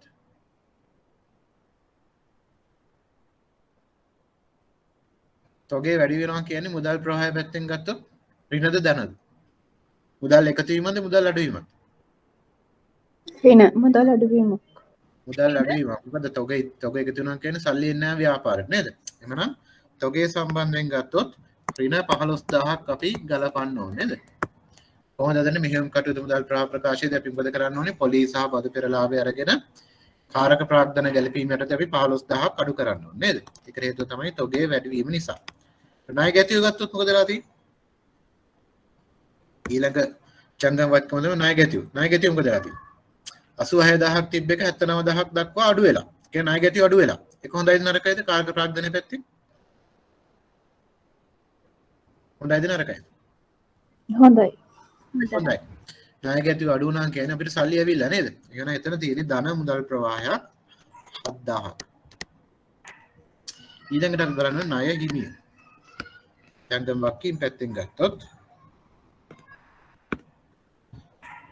ණය හිමිය මොකද වෙලා තියෙන්නේ? 35000ක් තිබ්බ එක 53000ක් වෙලා තියෙනවා. ඒතර ඒක කාරක ප්‍රාග්ධනයේ පැත්තෙන් හොඳයිද නරකයිද? හොඳයි සර්. හොඳයි. අපි ණය හිමියන්ට සල්ලි ගෙවන්නේ නැහැ කියන්නේ ණය හිමිය වැඩි වෙලා කියන අපි ණය හිමියන්ට සල්ලි ගෙවලා නැහැ. කියන්නේ ව්‍යාපාරයේ සල්ලි ඉතුරු වෙලා නේද? ඒක නම් ඒක මුදල් ප්‍රවාහය පැත්තෙන් ගත්තොත් හොඳ තත්ත්වයක්. ඒතර කීයක් තියෙනවද? 10යි 18000ක් නේද? 5355000ක් ගියාම 18000යි නේද? හරි. එවනම් එතන 18000. එවනම් කාරක ප්‍රාග්ධන යටතේ ශුද්ධ ගැලපීම වෙලා 10000ක් ධන මුදල් ප්‍රවාහයක් නේද? මේක තමයි බලාපොරොත්තු වෙච්ච උත්තර. මට ඒක තමයි පොඩ්ඩක් පෙන්වන්න උනේ ගානේ. මම හිතන්නේ පැහැදිලි ඇති. ඒක හදන විදිය නේද?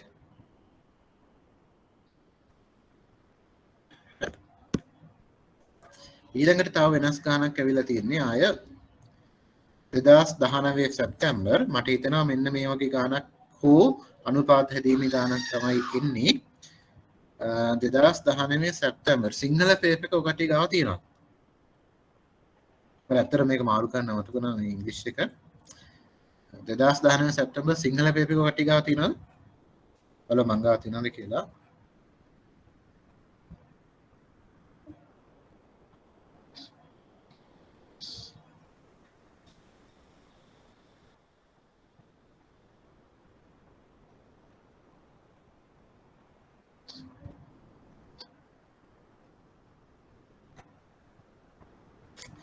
දස් 19 සැප්තැම්බර් සිංහල පේපර් එක මං ගාව නෑ ඒකේ තමයි මේක දාන්න හේතුව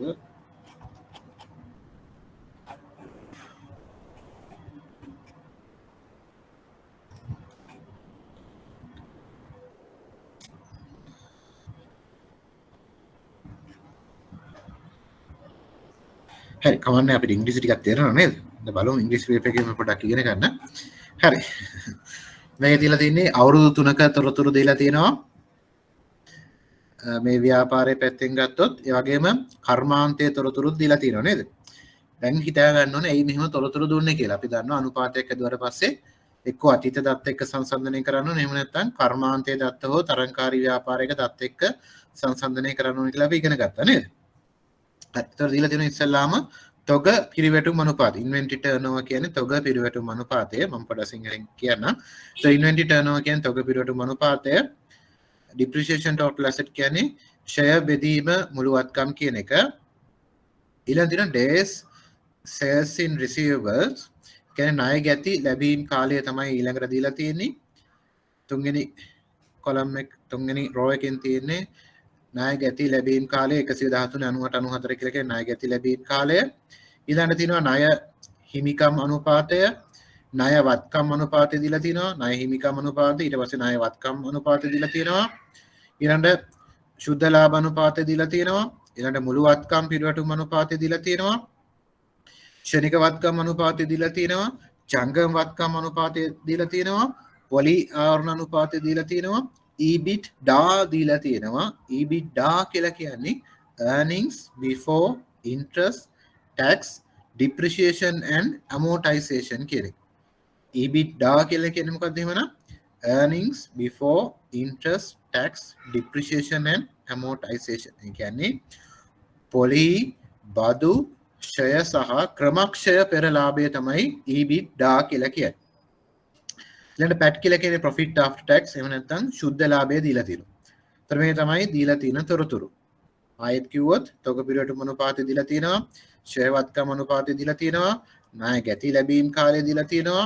ණය හිමිකම් අනුපාතය දීලා තියෙනවා. ණය වත්කම් අනුපාතය දීලා තියෙනවා. ශුද්ධ ලාභ අනුපාතය දීලා තියෙනවා. මුළු වත්කම් පිරිවැටුම් අනුපාතය දීලා තියෙනවා. ක්ෂණික වත්කම් අනුපාතය දීලා තියෙනවා. ජංගම අනුපාතය දීලා තියෙනවා. පොලි ආවරණ අනුපාතය දීලා තියෙනවා. EBITDA අනුපාතය දීලා තියෙනවා. EBITDA කියලා කිව්වේ පොලි බදු ෂය සහ ක්‍රමක්ෂයට පෙර ලාභය දීලා තියෙනවා. ශුද්ධ ලාභය දීලා තියෙනවා. මේ තමයි දීලා තියෙන තොරතුරු මේ ව්‍යාපාරේ. ඒතර මේ ගාන තවත් ලේසි කරලා තියෙන ඇත්තටම අනුපාත ටික හදලා දීලා තියෙනවා. හදලා බලමු පළවෙනි ප්‍රශ්نين අහන්නේ. In the annual report to the shareholders, the CEO of LEP wrote, කියන්නේ වාර්ෂික වාර්තාවයාගේ CEO ලියලා තියෙනවලු the 2018 was a good year for the firm with respect to our ability in achieving our short term objectives. එයා කියනවා 2018 අවුරුද්ද ඒ කට්ටියගේ කෙටි කාලින අරමුණු ඉටු කර ගැනීම සම්බන්ධයෙන් සාර්ථකයි. එයා කියන්නේ මොකද 2018 අවුරුද්ද මේ ව්‍යාපාරයේ කෙටි කාලින අරමුණු ඉටු කර ගැනීම සම්බන්ධයෙන් සාර්ථකයිලු. තවත් කියනවා we had higher liquidity largely due to an increase in highly liquid current assets. කියනවා මේ ව්‍යාපාරයේ ඉහළ ද්‍රවශීලතාවයක් තිබ්බලු. ඒකට හේතුව තමයි ඉහළ ද්‍රවශීලතාවයක් සහිත වත්කම් වැඩිවීම නිසා මේ ව්‍යාපාරයේ ඉහළ ද්‍රවශීලතාවයක් තිබ්බා කියලා එයා කියනවා. එයාට අනුව ඉහළ ද්‍රවශීලතාවයක් සහිත වත්කම් තමයි මුදල්, ණය ගැතියෝ සහ කෙටි කාලන සුරකුම්පත්. එයාගේ ප්‍රකාශය කියනවා කෙටි කාලන අරමුණු ඉටු කර ගැනීම සම්බන්ධයෙන් 2018 සාර්ථකයිලු. වගේම කියනවා මේ ව්‍යාපාරය තුළ ඉහළ ද්‍රවශීලතාවයක් තිබ්බලු. ඒකට හේතු වුණා කියලා කියනවා ද්‍රවශීල වත්කම් ඉහළ යෑම. වගේ ප්‍රශ්නයක් අහන්නේ මේ CEO කියපු ප්‍රකාශය නිවැරදිද කියලා අහන්න. හරි. දැන් ඔයා මෙතෙක් කල් ඉගෙන ගත්ත අනුපාත ඔස්සේ පොඩ්ඩක් හිතලා බලන්න මේ ආගේ මේ ප්‍රකාශය හරිද කියලා. ඒතර ද්‍රවශීලතාවය සම්බන්ධයෙන් ගත්තොත් අපි දන්නවා අනුපාත මොනවද කියලා බලන්න ඕනේ නේද? ඒ ඔස්සේ පොඩ්ඩක් කල්පනා කරලා බලන්න මෙයා මේ කියන දේ හරිද කියලා.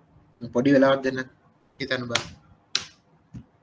මේ ගාන තවත් ලේසි කරලා තියෙනවා. අනුපාත ටික දීලා දැන් නිර්වචනය කරන්න තියෙනවා.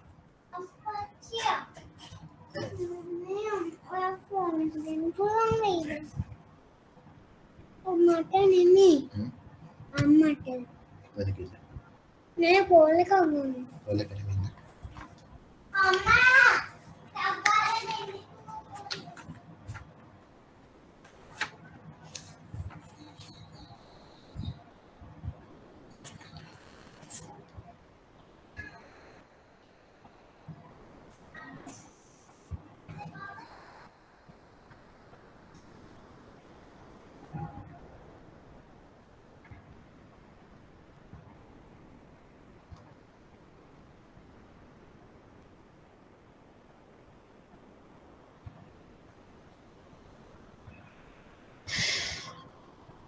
එතකොට මෙයාගේ මේ ප්‍රකාශය හරියද?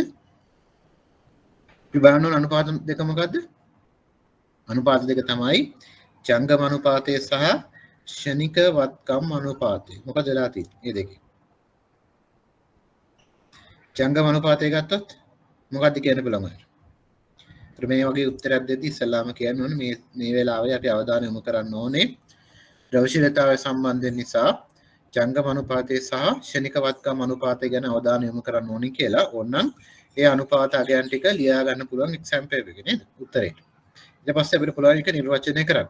ඒ ජංගම අනුපාතයේ පැත්තෙන් ගත්තොත් මොකක්ද ඔයාලට කියන්න පුළුවන්? කාට හරි කියන්න පුළුවන්. හොඳ වෙලාද නරක වෙලාද?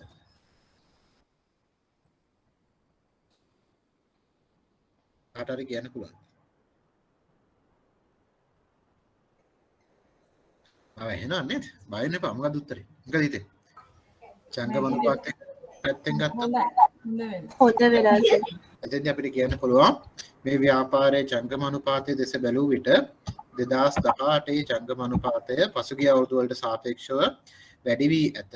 ඒ වගේම මේ ව්‍යාපාරයත් කර්මාන්තයේ ජංගම අනුපාතයට සාපේක්ෂවත් මෙම අනුපාතය වැඩි වී ඇත කියලා ලියන්න පුළුවන්. ඒ තමයි පළවෙනි උත්තරයකට.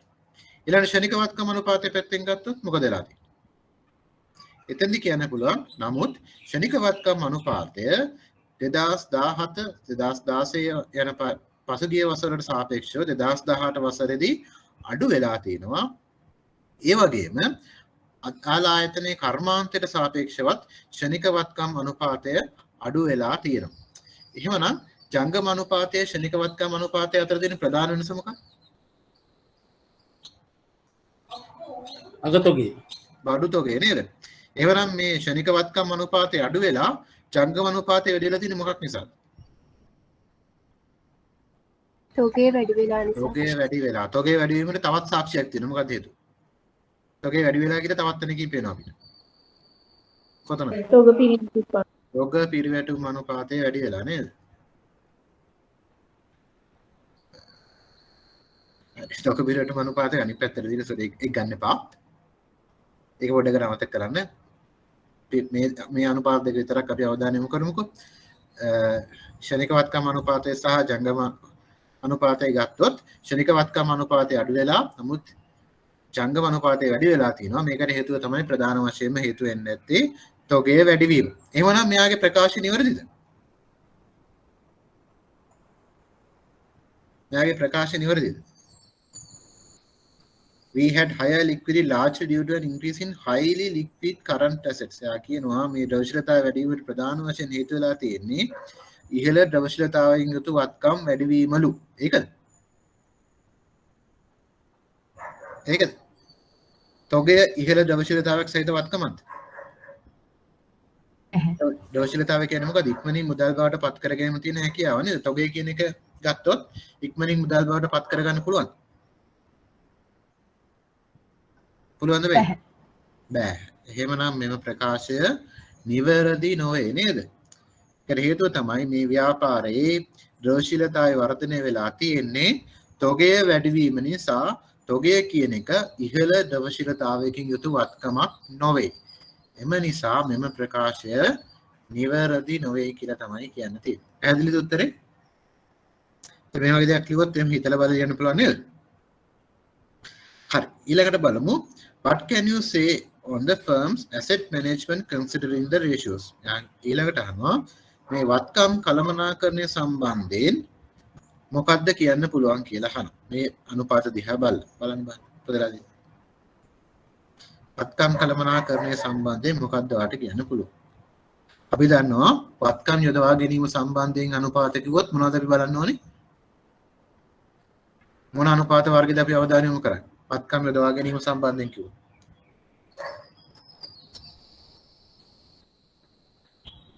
අපි ඉගෙන ගත්තා කාර්යක්ෂම අනුපාත කියලා දෙයක් නේද? එහෙනම් අපි අවධානය යොමු කරන්න ඕනේ කාර්යක්ෂම අනුපාත දිහා. මොනවද කාර්යක්ෂම අනුපාත උනේ? තොග පිරිවැටුම් අනුපාතය, ණයගැති පිරිවැටුම් අනුපාතය, මුළු වත්කම් පිරිවැටුම් අනුපාතය. ඒ ඔස්සේ අපිට හොයාගන්න පුළුවන් අනුපාතයක් තමයි ණයගැති ලැබීම් කාලය, ණය හිමි ගෙවීම් කාලය නේද? තොග රඳවා ගැනීමේ කාලය නේද? ඒ අනුපාත දිහා තමයි අපි අවධානය යොමු කරන්න ඕනේ. එhmenan බලන්න මේ අනුපාත දිහා බලලා මොකද්ද කියන්න පුළුවන් කියලා.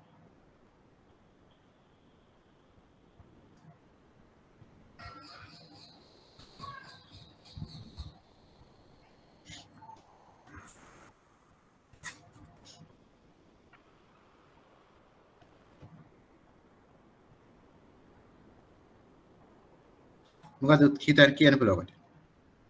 වත්කම් යොදවා ගැනීමේ කාර්යක්ෂමතාව වැඩි වෙලාද නැද්ද?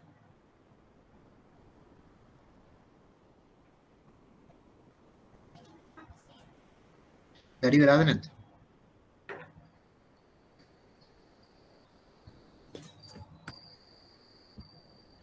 ණය ගැති ලැබීම් කාලය ගැන අවධානය යොමු කරොත් මොකද වෙලා තියෙන්නේ?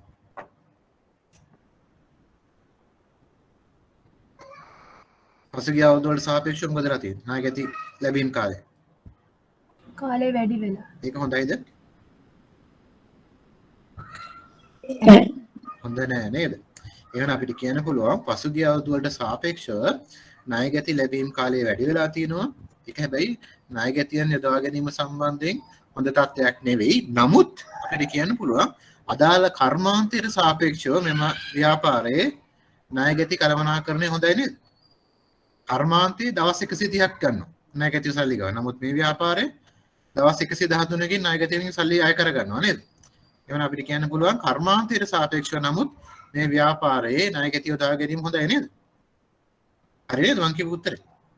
පසුගිය අවුරුදු වලට සාපේක්ෂව හොඳ නැහැ. නමුත් කර්මාන්තයට සාපේක්ෂව මේ ව්‍යාපාරයේ ණය ගැතියන් යොදා ගැනීම කාර්යක්ෂමයි. හරි නේද? පසුගිය දත්ත විතරක් නෙමෙයි කර්මාන්තයේ දත්තත් සංසන්දනය කරන්න ඕනේ. ඊළඟ තොග පිරවටු අනුපාතය ගත්තොත් වැඩි වෙලා. ඒක හොඳයිද නරකයිද? තොගේ වැඩි වාරයක් විකිරනවා කියන එක තමයි එකකින් කියන්නේ. ඒක හොඳයිද නරකයිද? හොඳයිද නරකයිද? තොග පිරවටු අනුපාතය වැඩි වෙන එකද හොඳ අඩු වෙන එකද හොඳ? අපි දවස්වල කතා කරා. නෑ අඩු වෙන එක හොඳයි. අඩුවෙන්නේ හොඳ නෑ. මම මෙහෙම දැන් කිව්වොත් තොග රඳවා ගැනීමේ කාලය හොයන්න පුළුවන් ඔකට. 2018 2017 උඩ තොග රඳවා ගැනීමේ කාලය හොයන්න බෑ. මම ඉස්සෙල්ලා අර පළවෙනි ප්‍රශ්නෙට මේ ගන්න එපා කිව්වෙත් ඒක. පොඩි ඉන්කන්සිස්ටන්සි ගතියක් තියෙන මේ පේපර් එකේ.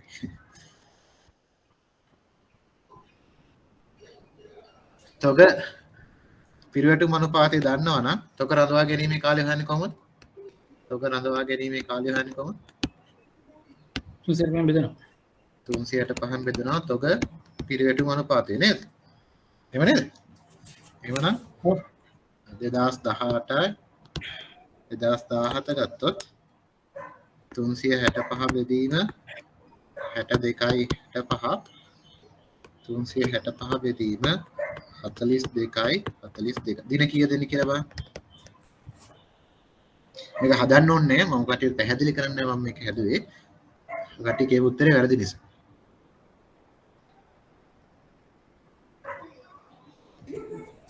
මේක දින 6.83යි.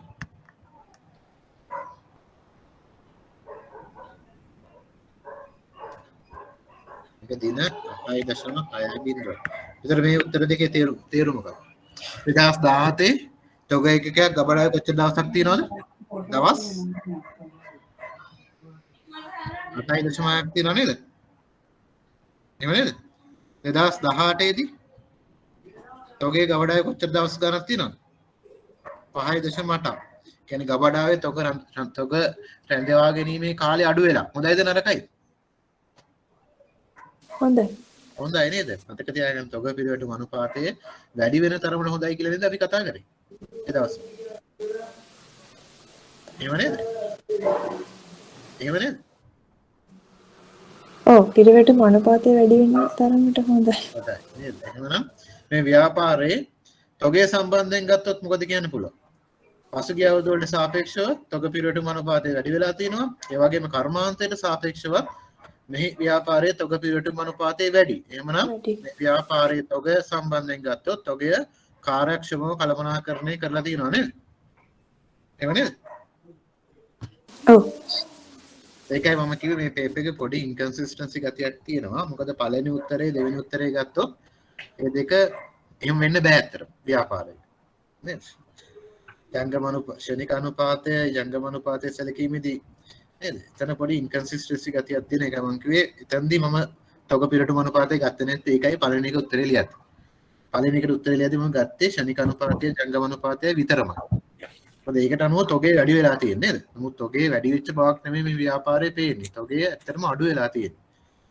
ඒකට හේතුව තමයි මේ ඉලක්කම් ඇත්තටම ඇත්ත ව්‍යාපාරයක නෙමෙයි මේ ඉලක්කම් ටික හදලා තියෙන්නේ නේද? නිකන් හිතට එන ඉලක්කම් ටිකක් දාලා තියෙන්නේ. ඒත් පේපර් එකේ පොඩි ඉන්කන්සිස්ටන්සි ගතියක් තියෙනවා. හරි එහෙම තමයි ඒව ඉවරෙන් ගන්න. නම්බර්. මම මේ කියපු දේ තේරුණා නේද? ආ. ඒකයි දැනගන්න. මම කියපු කතාව තේරුණා නේද? ඔයි. ඔව් සර්. ඔව් පළවෙනි එකයි දෙවෙනි එකයි ගත්තොත් පොඩි ප්‍රශ්නයක් තියෙනවා මේ උත්තර දෙකේ. ඒකයි මම කියන්නේ. හරි. හරියම් දෙවෙනි ප්‍රශ්න පැත්තෙන් ගත්තොත් අපි අවධානය යොමු කරා තොග පිළිවෙටුම අනුපාතය. ඒක හොඳයි. කර්මාන්තයට සාපේක්ෂවත් හොඳයි. එහෙනම් තොග ඒ කාර්යක්ෂමව පාවිච්චි කරලා තිනවා. ඊළඟට ණය ගැති ලැබීම් කාලය ගත්තොත් ඒක එන්න වැඩි වෙලා තියෙනවා. නමුත් කර්මාන්තයට සාපේක්ෂව හොඳයි. එමන එතෙන්දිත් අපිට කර්මාන්තයට සාපේක්ෂව ණය ගැතියන් කළමනාකරණය කිරීම හොඳයි නේද? ඒ නිසා අපිට කියන්න පුළුවන් මේ ව්‍යාපාරයේ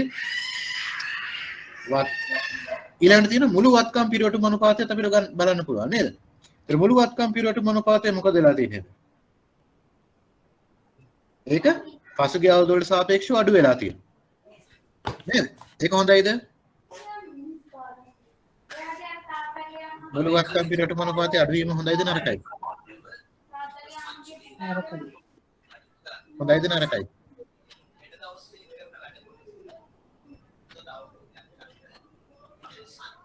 මුළු වත්කම් පිරිවැටුම් අනුපාතය වැඩි වෙන තරමට නේද හොඳ? කියන්නේ වත්කම් වලට සාපේක්ෂව පුළුවන් තරම් විකුණුම් වැඩි වෙන තරමට නේද හොඳ? එහෙම නේද? එහෙනම් මේ ව්‍යාපාරයේ මුළු වත්කම් පිරිවැටුම් අනුපාතය අඩු වෙලා තිනවා. ඒක හොඳයිද? නරකයිද? නරකයි නේද? නමුත් ඉතින්දිත් කර්මාන්තයට සාපේක්ෂව මේ ව්‍යාපාරයේ මුළු වත්කම් පිරිවැටුම් අනුපාතය හොඳයි. එහෙමනම් මුළු වත්කම් පැත්තෙන් ගත්තොත් පසුගිය අවුරුදු වලට සාපේක්ෂව පොඩ්ඩක් අකාර්යක්ෂම වෙලා තියෙනවා. නමුත් කර්මාන්තයට සාපේක්ෂව මේ ව්‍යාපාරයේ මුළු වත්කම් යොදවා ගැනීමත් කාර්යක්ෂමයි. ඒක තමයි බලාපොරොත්තු වෙච්ච උත්තරය. පැහැදිලි නේද?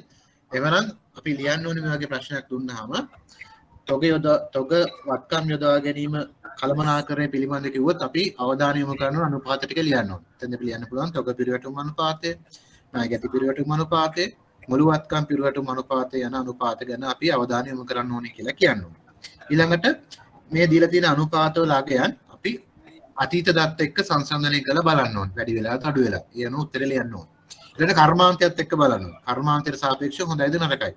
ඒ අනුව උත්තරේ ගලපලා ලියා ගන්න ඕනේ. පුළුවන් නේද? මේ ප්‍රශ්නයක් දුන්නත් ලියන්න. මට හිතෙනවා බොහෝ විට මේ සැර එක්සෑම් එකේ මේ වගේ ප්‍රශ්නයක් එන්න පුළුවන් කියලා. කියන්නේ මේ වගේ අනුපාත ටික දීලා ඒක නිර්වචනය කරන්න ප්‍රශ්නයක් එන්න පුළුවන්. හරි අපි ඒක තුන්වෙනි කොටසට යමු.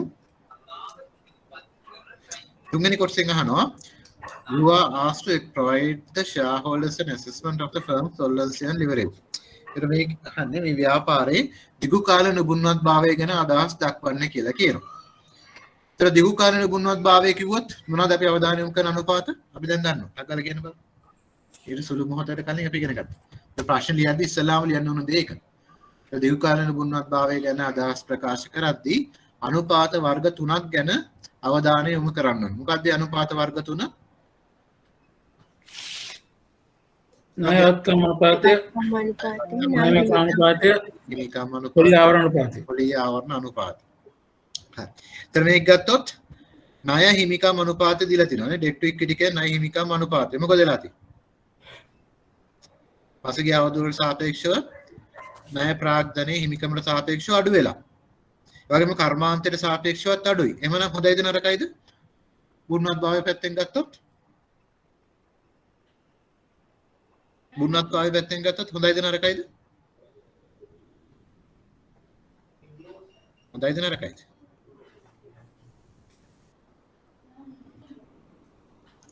නේද? ණය හිමිකම් අනුපාත දීලා තියෙන 0.75යි 0.85යි 0.9යි බිඳුවයි 0.88යි මොකද වෙලා තියෙන්නේ? මේක අඩු වෙලා. හොඳයිද නරකයිද? හොඳයි. හොඳයි නේද? ඒ වගේම ණය වත්කම් අනුපාතය ගත්තත් කර්මාන්තයට සාපේක්ෂවත් හොඳයි, පසුගිය අවුරුදු වලට සාපේක්ෂවත් හොඳයි. එහෙමනම් එතනදිත් මේ ව්‍යාපාරයේ ගුණවත් භාවය පැත්තෙන් ගත්තොත්, දුබුණවත් භාවය පැත්තෙන් ගත්තොත් ඒ අනුපාත දෙකම හොඳ තත්ත්වයක් පෙන්වන්න කරනවා. ඊළඟට පොලි ආවරණ අනුපාතය පැත්තෙන් ගත්තොත් එතනත් හොඳ තත්ත්වයක් නේද තියෙන්නේ. එතන නම් හොඳ තත්ත්වයක් නෙවෙයි අත්‍තරම තියෙන්නේ. මොකද වෙලා තියෙන්නේ? පොලි ආවරණ අනුපාතේ ඉතා ශීඝ්‍ර ලෙස පහත වැටිලා තියෙනවා නේද? 2017 පොලිය වගේ 4.3ක 3 ගුණයක ලාභයක් තිබිලා තියෙනවා. ඒ වගේම 2016 පොලිය වගේ 4.4 ගුණයක ලාභයක් තිබිලා තියෙනවා. ඒ වගේම කර්මාන්තය ගත්තොත් පොලිය වගේ 4.6ක ලාභයක් තියෙනවා. නමුත් 18යි ගත්තොත් සුදු පුතා පොලිය වගේ දස්සරේ කීයටද තියෙන්නේ ඒ භාගේ මම දන්නේ 0.9 ගුණයක් තමයි ලාභයේ තියෙන්නේ නේද? ඒකන හොඳ තත්ත්වයක්ද නරක තත්ත්වයක් තියෙන්නේ ඒක ඒ ගැන බැලුවොත්. හොඳයිද නරකයිද? පොලිය ආවරණ හැකියාව අඩු වෙලාද වැඩි වෙලාද? 0.9 කියන්නේ පොලිය ආවරණ හැකියාව අඩු වෙලා නේ. අඩු වෙලා. ඔව් එහෙමනම් ඒක පැත්තෙන් ගත්තොත් හැබැයි මේ තත්ත්වය එච්චර හොඳ නෑ නේද? ඒතර පේන ඇති මේ ගානේ එතනත් පොඩි ඉන්කන්සිස්ටන්සි ගතියක් තියෙනවා නේද? ඒතර debt to equity debt to assets පැත්තෙන් ගත්තොත් ණය ප්‍රාග්ධනය අඩු වෙලා තියෙනවා. නමුත් පොලිය වැඩි වෙන්න හේතුවක් නෑ නේද එහෙමවත්? ඒතර ඒ වගේ පොඩි ප්‍රශ්න තියෙන ගණන් වල ගණන් ගන්න එපා. ඉන්ඩිවිජුවලි හිතලා ඕවරෝල් හිතන්න ගියොත් තමයි මේ වගේ දේවල් හිතෙන්නේ. නමුත් ඉන්ඩිවිජුවලි හිතලා ලියන්න. ඒතර ණය හිමිකම ණය වත්කම් පැත්තෙන් ගත්තොත් මේ ව්‍යාපාරය හොඳයි. නමුත් පොලිය ආවරණය පැත්තෙන් මේ ව්‍යාපාරය හොඳ නැති තත්ත්වයකට ඇවිල්ලා තිනවා. භයානක තත්ත්වයක් තියෙන ඇත්තටම නේද? පොලිය ආවරණ හැකියාව හොඳටම අඩු වෙලා. ඔක තමයි බලාපොරොත්තු වෙච්ච උත්තරේ. ඊළඟට අහනවා it is noted that even though the EBITDA has increased over the years හොරයි මයික් එක කරගෙන පොඩක් ඔෆ් කරගන්නවා මයික් එක. උත්තර දෙන්න විතරක් මයික් එක ඔන් කරගන්න.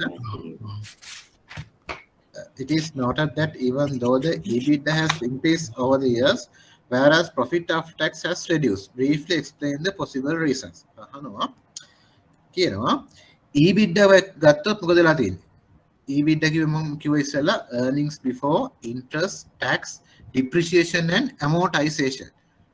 පොලි බදු ක්ෂය සහ ක්‍රමක්ෂය පෙර ලාභය ගත්තොත් පසුගිය අවුරුදු වලට සාපේක්ෂව වැඩි වෙලා තියෙනවා. නමුත් ශුද්ධ ලාභය ගත්තොත් අඩු වෙලා තියෙනවා. මේකට බලපාපු හේතු මොනවද? කියන්න බලන්න පුළුවන්. මේ දෙක අතර තියෙන්නේ මොනවද? EBITDA වලින් profit after tax වන්නේ කොහොමද?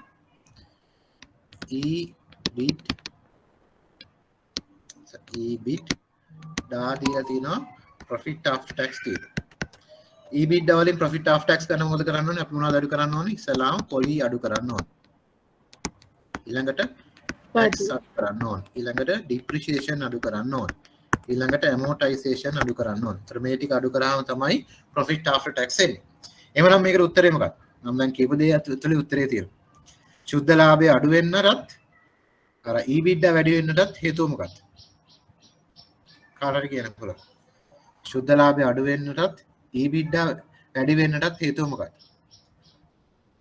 මොකද හේතුව? කලින් එකක් වැඩි වෙලා තියෙනවා. ඔව් දැන් උදාහරණයක් ඇරෙට පොලි ආවරණ අනුපාතය දිහා බැලුවම පේනවා මේ ව්‍යාපාරයේ පොලිය වැඩි වෙලා. එවනම් ප්‍රොෆිට් ශුද්ධ ලාභය අඩු වෙන්න හේතුවක් තමයි පසුගිය අවුරුදු වලට සාපේක්ෂව මේ ව්‍යාපාරයේ පොලිය වැඩි වෙලා තියෙනවා. නේද? ඊළඟට ගත්තොත් ෂයත් වැඩි වෙලා තියෙනවා. දැන් අර උඩම තියෙනවා ෂය වත්කම් අනුපාතය නේද? දැන් ගිය අවුරුද්දේ වත්කම් වල සාපේක්ෂව ෂය ගත්තොත් 0.114යි පොඩි ප්‍රමාණයක් තියෙනවා. මේ අවුරුද්දේ ගත්තොත් 0.25ක් වෙලා තියෙනවා. එහෙනම් මේ ව්‍යාපාරේ ෂය වැඩි වෙලා තියෙනවා, පොලිය වැඩි වෙලා තියෙනවා. ඒක තමයි ප්‍රධාන හේතු දෙක මේ ව්‍යාපාරයේ ශුද්ධ ලාභය අඩු වීමට. පැහැදිලි නේද? අපි උත්තරේ හොයාගත්ත හැටි. ඩිප්‍රීසියේෂන් ෂය මුළු වත්කම් සහ පොලිය ආවරණ අනුපාතයෙන් පේනවා අපිට පොලිය සහ ෂය වැඩි වෙලා තියෙනවා කියලා. හරි. ඒ විදිහට තමයි මේ වගේ ගානක් දුන්නොත් උත්තරේ හොයාගන්නේ. පොඩ්ඩක් මේ වගේ ගානක් බලා ගන්න. බොහෝ විට එක්සෑම් එකේ මේ හා සමාන ප්‍රශ්නයක් එන්න පුළුවන්. හරි. එහෙමනම් අපි අනුපාත වර්ග 4ක් ඉගෙන ගත්තා නේද? මම ආයෙ පොඩ්ඩක් මතක් කරොත් මෙන්න මේ ටික අනිවාර්යයෙන්ම එක්සෑම් එකේ මතක තියාගන්න. මම කියන්නේ ක්‍රියාකාරී අනුපාතය යටතේ අනිවාර්යයෙන්ම 3ක් මතක තියාගන්න ඕනේ. ඒ අනුපාත 3 තමයි. ඒතර ක්‍රියාකාරී අනුපාත කියන්නේ වත්කම් යොදවා ගැනීමේ කාර්යක්ෂමතාව සම්බන්ධ අනුපාත. අනුපාත 3යි තොග පිරිවැටුම් අනුපාතය, ණයගැති පිරිවැටුම් අනුපාතය සහ ණය හිමි පිරිවැටුම් අනුපාතය. ඔය අනුපාත 3 හදන්න අනිවාර්යයෙන්ම පුළුවන් වෙන්න ඕනේ. ඊළඟට ද්‍රවශීලතාවය සම්බන්ධයෙන් ගත්තොත් ජංගම අනුපාතය සහ ශනික වත්කම් අනුපාතය හදන්න පුළුවන් වෙන්න ඕනේ. කියන්නේ දැන් අපි අනුපාත 5ක් නේද? ද්‍රවශීලතාවය සම්බන්ධ 2යි, කාර්යක්ෂමතාවය සම්බන්ධ 3යි. ඊළඟ අපි කළා දිගු කාල නුබුන්වත් භාවය. නුබුන්වත් භාවය ගත්තොත් අනුපාත වර්ග 3යි එතන ණය හිමිකම් අනුපාතය, ණය වත්කම් අනුපාතය, පොලී ආවරණ අනුපාතය. මේ අනුපාත තුන අනිවාර්යයෙන් මතක තියෙන්න ඕනේ. ඊළඟට ලාභදායීත්වය සම්බන්ධ අනුපාත පහක් මතක තියෙන්න ඕනේ කියලා මම කිව්වා. ඒ අනුපාත පහ තමයි දර ලාභ අනුපාතය, මෙහෙයුම් ලාභ අනුපාතය, ශුද්ධ ලාභය අනුපාතය, හිමිකම් මත ප්‍රතිලාභය, වත්කම් මත ප්‍රතිලාභය. එතන අනුපාත වර්ග පහක් තියෙනවා. ඊට අමතරව මෙහෙයුම් වක්‍රය සම්බන්ධ අනුපාත තුනක් තිබ්බා.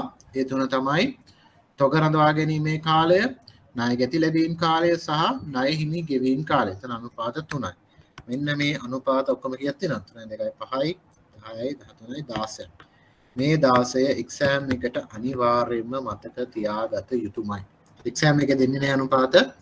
මේ 16 අනිවාර්යයෙන්ම මතක තියාගන්න. එහෙම වුණොත් ලේසියෙන්ම ලකුණු 20ක් ගන්න පුළුවන්. පොඩ්ඩක් කටපාඩම් කරන්න වෙනවා, කරන්න දෙයක් නැහැ. මම කරන්න. හරි, මේ අනුපාත සම්බන්ධයෙන් කාට හරි තේරුම් නැති තැනක් තියෙනවද? දැන් එක්සෑම් පේපර්ස් වල ආපු ගණනොත් බහුතරයක් අපි කරා, සාකච්ඡා කරා. කාට හරි තේරුම් නැති කෙනෙක් ඉන්නවා නම් අහන්න. මම විශේෂයෙන් මේ පාඩම හරිම හිමීට කරේ. හේතුව තමයි හැමෝටම ලේසියෙන්ම අඩුම ගන්න ලකුණු 15ක්වත් මේ පාඩමට ගන්න පුළුවන්. අනිවාර්යයෙන්ම ලකුණු 20ක ප්‍රශ්නකුත් එනවා. හොඳට බලා ගන්න මම මේ කියපු අනුපාත. තර ක්‍රියාකාරී කිව්වොත් අනුපාත 3යි. තර මෙහෙයුම් වක්‍රයේ සම්බන්ධ අනුපාත 3යි. ප්‍රවේශීලතා අනුපාත 2යි. දුගුණවත්කම් අනුපාත ගත්තොත් 3යි. ඊළඟට ලාභදායීත්ව අනුපාත ගත්තොත් 5 තිබ්බ නේද? තර මේ ටික තමයි එක්සෑම් එකට ඉතාම වැදගත් වෙන්නේ. හරි, අපි ඊළඟට බලමු මේ ඩූපොන්ට් සමීකරණය කියන්නේ මොකක්ද කියලා. මේකත් එක්සෑම් එක ඇහුවා එක අවුරුද්දක. මේක හැබැයි කාලෙකින් අහලා නැහැ. මට ආයෙත් හිතනවා මේකත් මේ සැරේ එක්සෑම් එකට එන්න පුළුවන් කියලා. මේ ඩූපොන්ට් කියලා කියන්නේ ඇමරිකාවේ සමාගමක්. මේ ඩූපොන්ට් කියන සමාගම තමයි මේ සමීකරණය හොයාගෙන තියෙන්නේ. මේ ඩූපොන්ට් වලින් කරන්නේ හිමිකම් මත ප්‍රතිලාභ හොයන තව ක්‍රමයක්. බලමු මොකක්ද කියලා එනම් මේ ක්‍රමය කියලා.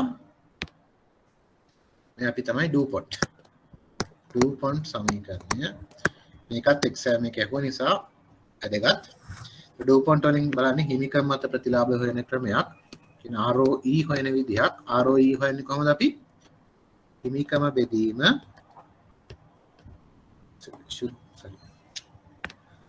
ROE හුවේ අපි ශුද්ධ ලාභය බෙදුවා සාමාන්‍ය හිමිකම නේද? මේක හොයන්න පුළුවන් කියනවා අනුපාත තුනක් එකිනෙක වැඩි කර ගැනීමෙන්. අනුපාත තුන තමයි තොග පිරිවැටුම් අනුපාතය, තොග නෙමෙයි මුළු වත්කම් පිරිවැටුම් අනුපාතය, මුළු වත්කම් පිරිවැටුම් අනුපාතය වැඩි කිරීම, ශුද්ධ ලාභය වැඩි කිරීම, මූල්‍ය තෝලන. එතන මේ අනුපාත තුන ගත්තොත් මුළු වත්කම් පිරිවැටුම් අනුපාතය අපි කොහොමද එව්වේ? විකුණුම් බෙදුවා සාමාන්‍ය වත්කම් වලින් නේද? මුළු වත්කම් පිරිවැටුම් අනුපාතය අපි කතා කරා කාර්යක්ෂමතා අනුපාතය යටතේ නේද? ශුද්ධ ලාභය වෙන්නේ කොහොමද? ශුද්ධ ලාභය බෙදීම විකුණුම් නේද? මූල්‍ය තෝලනය කියලා කියන්නේ සාමාන්‍ය වත්කම් බෙදීම සාමාන්‍ය හිමිකම. ඒක තමයි අලුතෙන් ඉගෙන ගන්න තියෙන එක. කලින් මේක අපි ඉගෙන ගත්තේ නෑ. මූල්‍ය තෝලනය කියලා කියන්නේ සාමාන්‍ය වත්කම් බෙදීම සාමාන්‍ය හිමිකම. ඒතර අපිට පේනවා මේ සමීකරණේ මේකට මේක කැපිලා යනවා නේද? වගේ මේකට මේක කැපිලා යනවා. අන්තිම විතරේ මොකක්ද? ශුද්ධ ලාභය බෙදීම සාමාන්‍ය හිමිකම. දැන් මොකක්ද? මේ අපි හොයලා තියෙන්නේ ROE නේද? දැන් මම කිව්වේ මේ ඩූපොන්ට් සමීකරණයෙන් අපි හොයන්නේ ROE. මෙන්න මේ ටික එක්සෑම් එකට වැදගත් වෙනවා. ඩූපොන්ට් සමීකරණය භාවිතා කරලා ROE හොයන්න කිව්වොත් අපි ඉස්සෙල්ලාම හොයාගන්න ඕනේ මුළු වත්කම් පිරිවැටුම් අනුපාතය, ශුද්ධ ලාභය සහ මූල්‍ය තෝලනය. මේ අනුපාත තුන හොයාගෙන එකිනෙකට වැඩි කරොත් අපිට හොයාගන්න පුළුවන් ROE. හිමිකම් මත ප්‍රතිලාභය. පැහැදිලි නේද? මේක ලියාගත්තත් කමන්නේ. ROE සමානයි මුළු වත්කම් පිරිවැටුම් අනුපාතය වැඩි කිරීම, ශුද්ධ ලාභය වැඩි කිරීම, මූල්‍ය තෝලනය. එහෙනම් ආයත් ලියා ගන්න පුළුවන් ROE සමානයි විකුණුම් බෙදීම සාමාන්‍ය වත්කම් වැඩි කිරීම ශුද්ධ ලාභය බෙදීම විකුණුම් වැඩි කිරීම සාමාන්‍ය වත්කම් බෙදීම සාමාන්‍ය හිමිකම්. සාමාන්‍ය වත්කම් වල සාමාන්‍ය වත්කම් කැපිලා යනවා විකුණුම් වල විකුණුම් කැපිලා යනවා අන්තිමට ඉතුරු වෙන්නේ ශුද්ධ ලාභය බෙදීම සාමාන්‍ය හිමිකම්. හරි මේ තියෙන්නේ ROE හොයපු තව ක්‍රමයක්. එක්සෑම් එකේ අපු ගාන හදමු.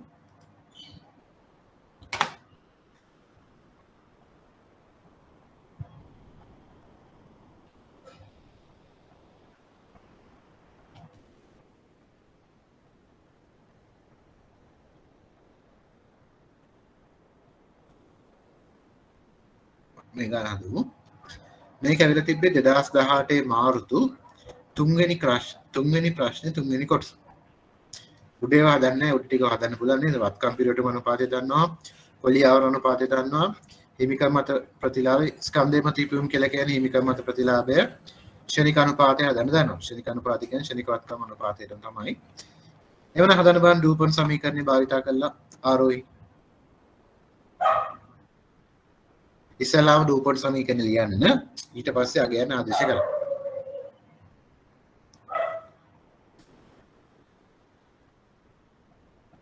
ඒක ඇවිල්ලා තිබ්බේ 2018 මාර්තු.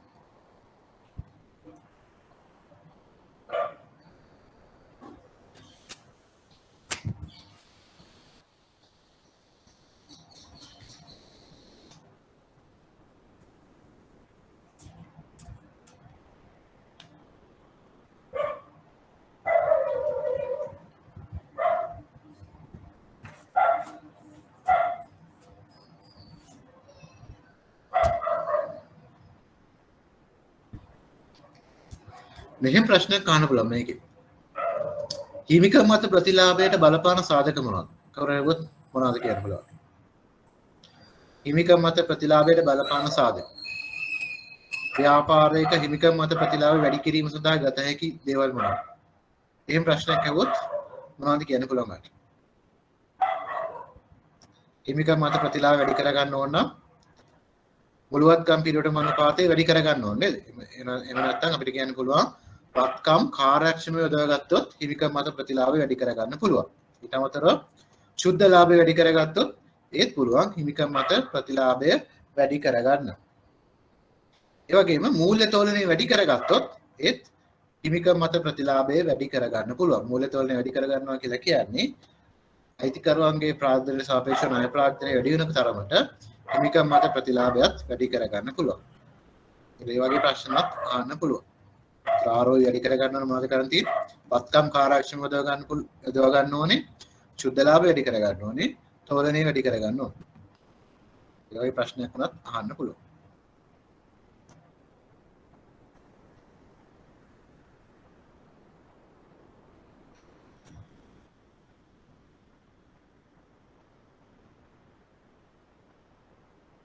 හරි අපි නම් හදමු. වටනම් තියෙන්නේ මෙතන අගයන් ආදේශ කරන්න විතරයි නේද? ඔයගොල්ලෝ හැබැයි එහෙම කරන්න එපා සමීකරණ ලියලා හදන්න. ඒතර මේ ව්‍යාපාරය ගත්තොත් විකුණුම් කොච්චරක් තියෙනවද? දීලා තිබ්බා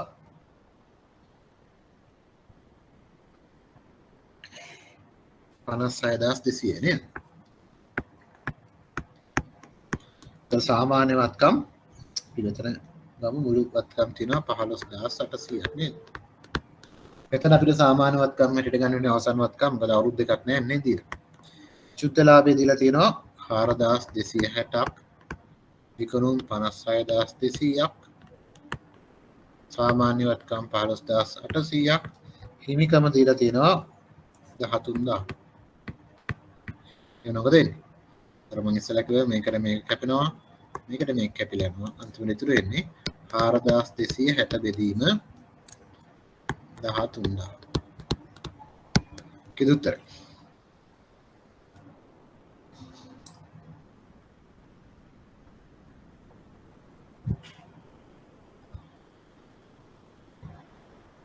දශම 3.277ක් වුණ පිළියන 32.77%. එහෙම උත්තරයක් ආවද? ඔව් සර්. රූපන් සමීකරණ දැන් පුළුවන් නේද?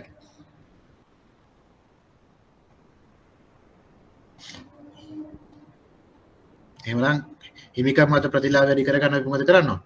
වත්කම් කාර්යක්ෂම යොදා ගන්න ඕනේ. ශුද්ධලාභය වැඩි කරගන්න ඕනේ. මූල්‍ය තෝලනය වැඩි කරගන්න ඕනේ. එච්චර. හරි. අපි හරිය ටිකක් කතා කරමු. අපි දැන් රූපන් සමීකරණෙත් ඉගෙන ගත්තා. මෙතන තියෙන සමීකරණේ බලන්න.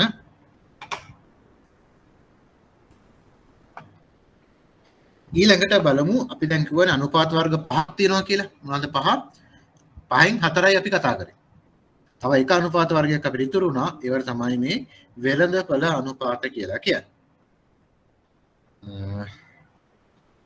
මේකට අපි ටික වෙලාවක් යන නිසා අපි අදට පන්තිය මෙතනින් නවත්තමු.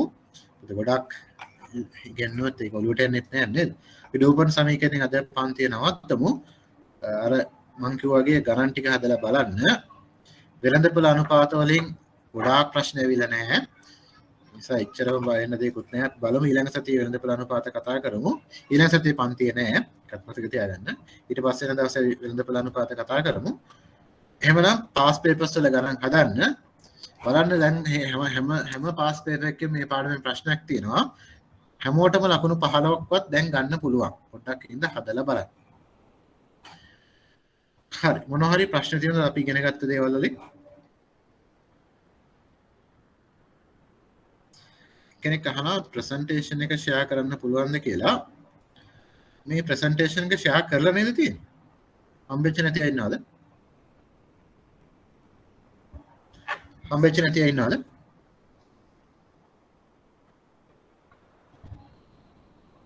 හම්බුනේ නැති කෙනෙක් ඉන්නවා නම් IBSL එකට පොඩ්ඩක් කතා කරන්න. එතනින් ගන්න පුළුවන්. එහෙන් තමයි ෂෙයා කරන්නේ. මම හිතනවා අපි කතා කරපුවා හැමෝටම තේරෙන්නේ නැති කියලා. එහෙමනම් අපි අදට පන්තිය නවත්තමු. ඊළඟ දවසේ කතා කරමු. ඊළඟ දවසේ ක්ලාස් එක නැහැ. ඒකත් මතක තියාගන්න. එහෙනම් thank you අපි ඊළඟ දවසේ නම් ඉතුරු ටික කරමු.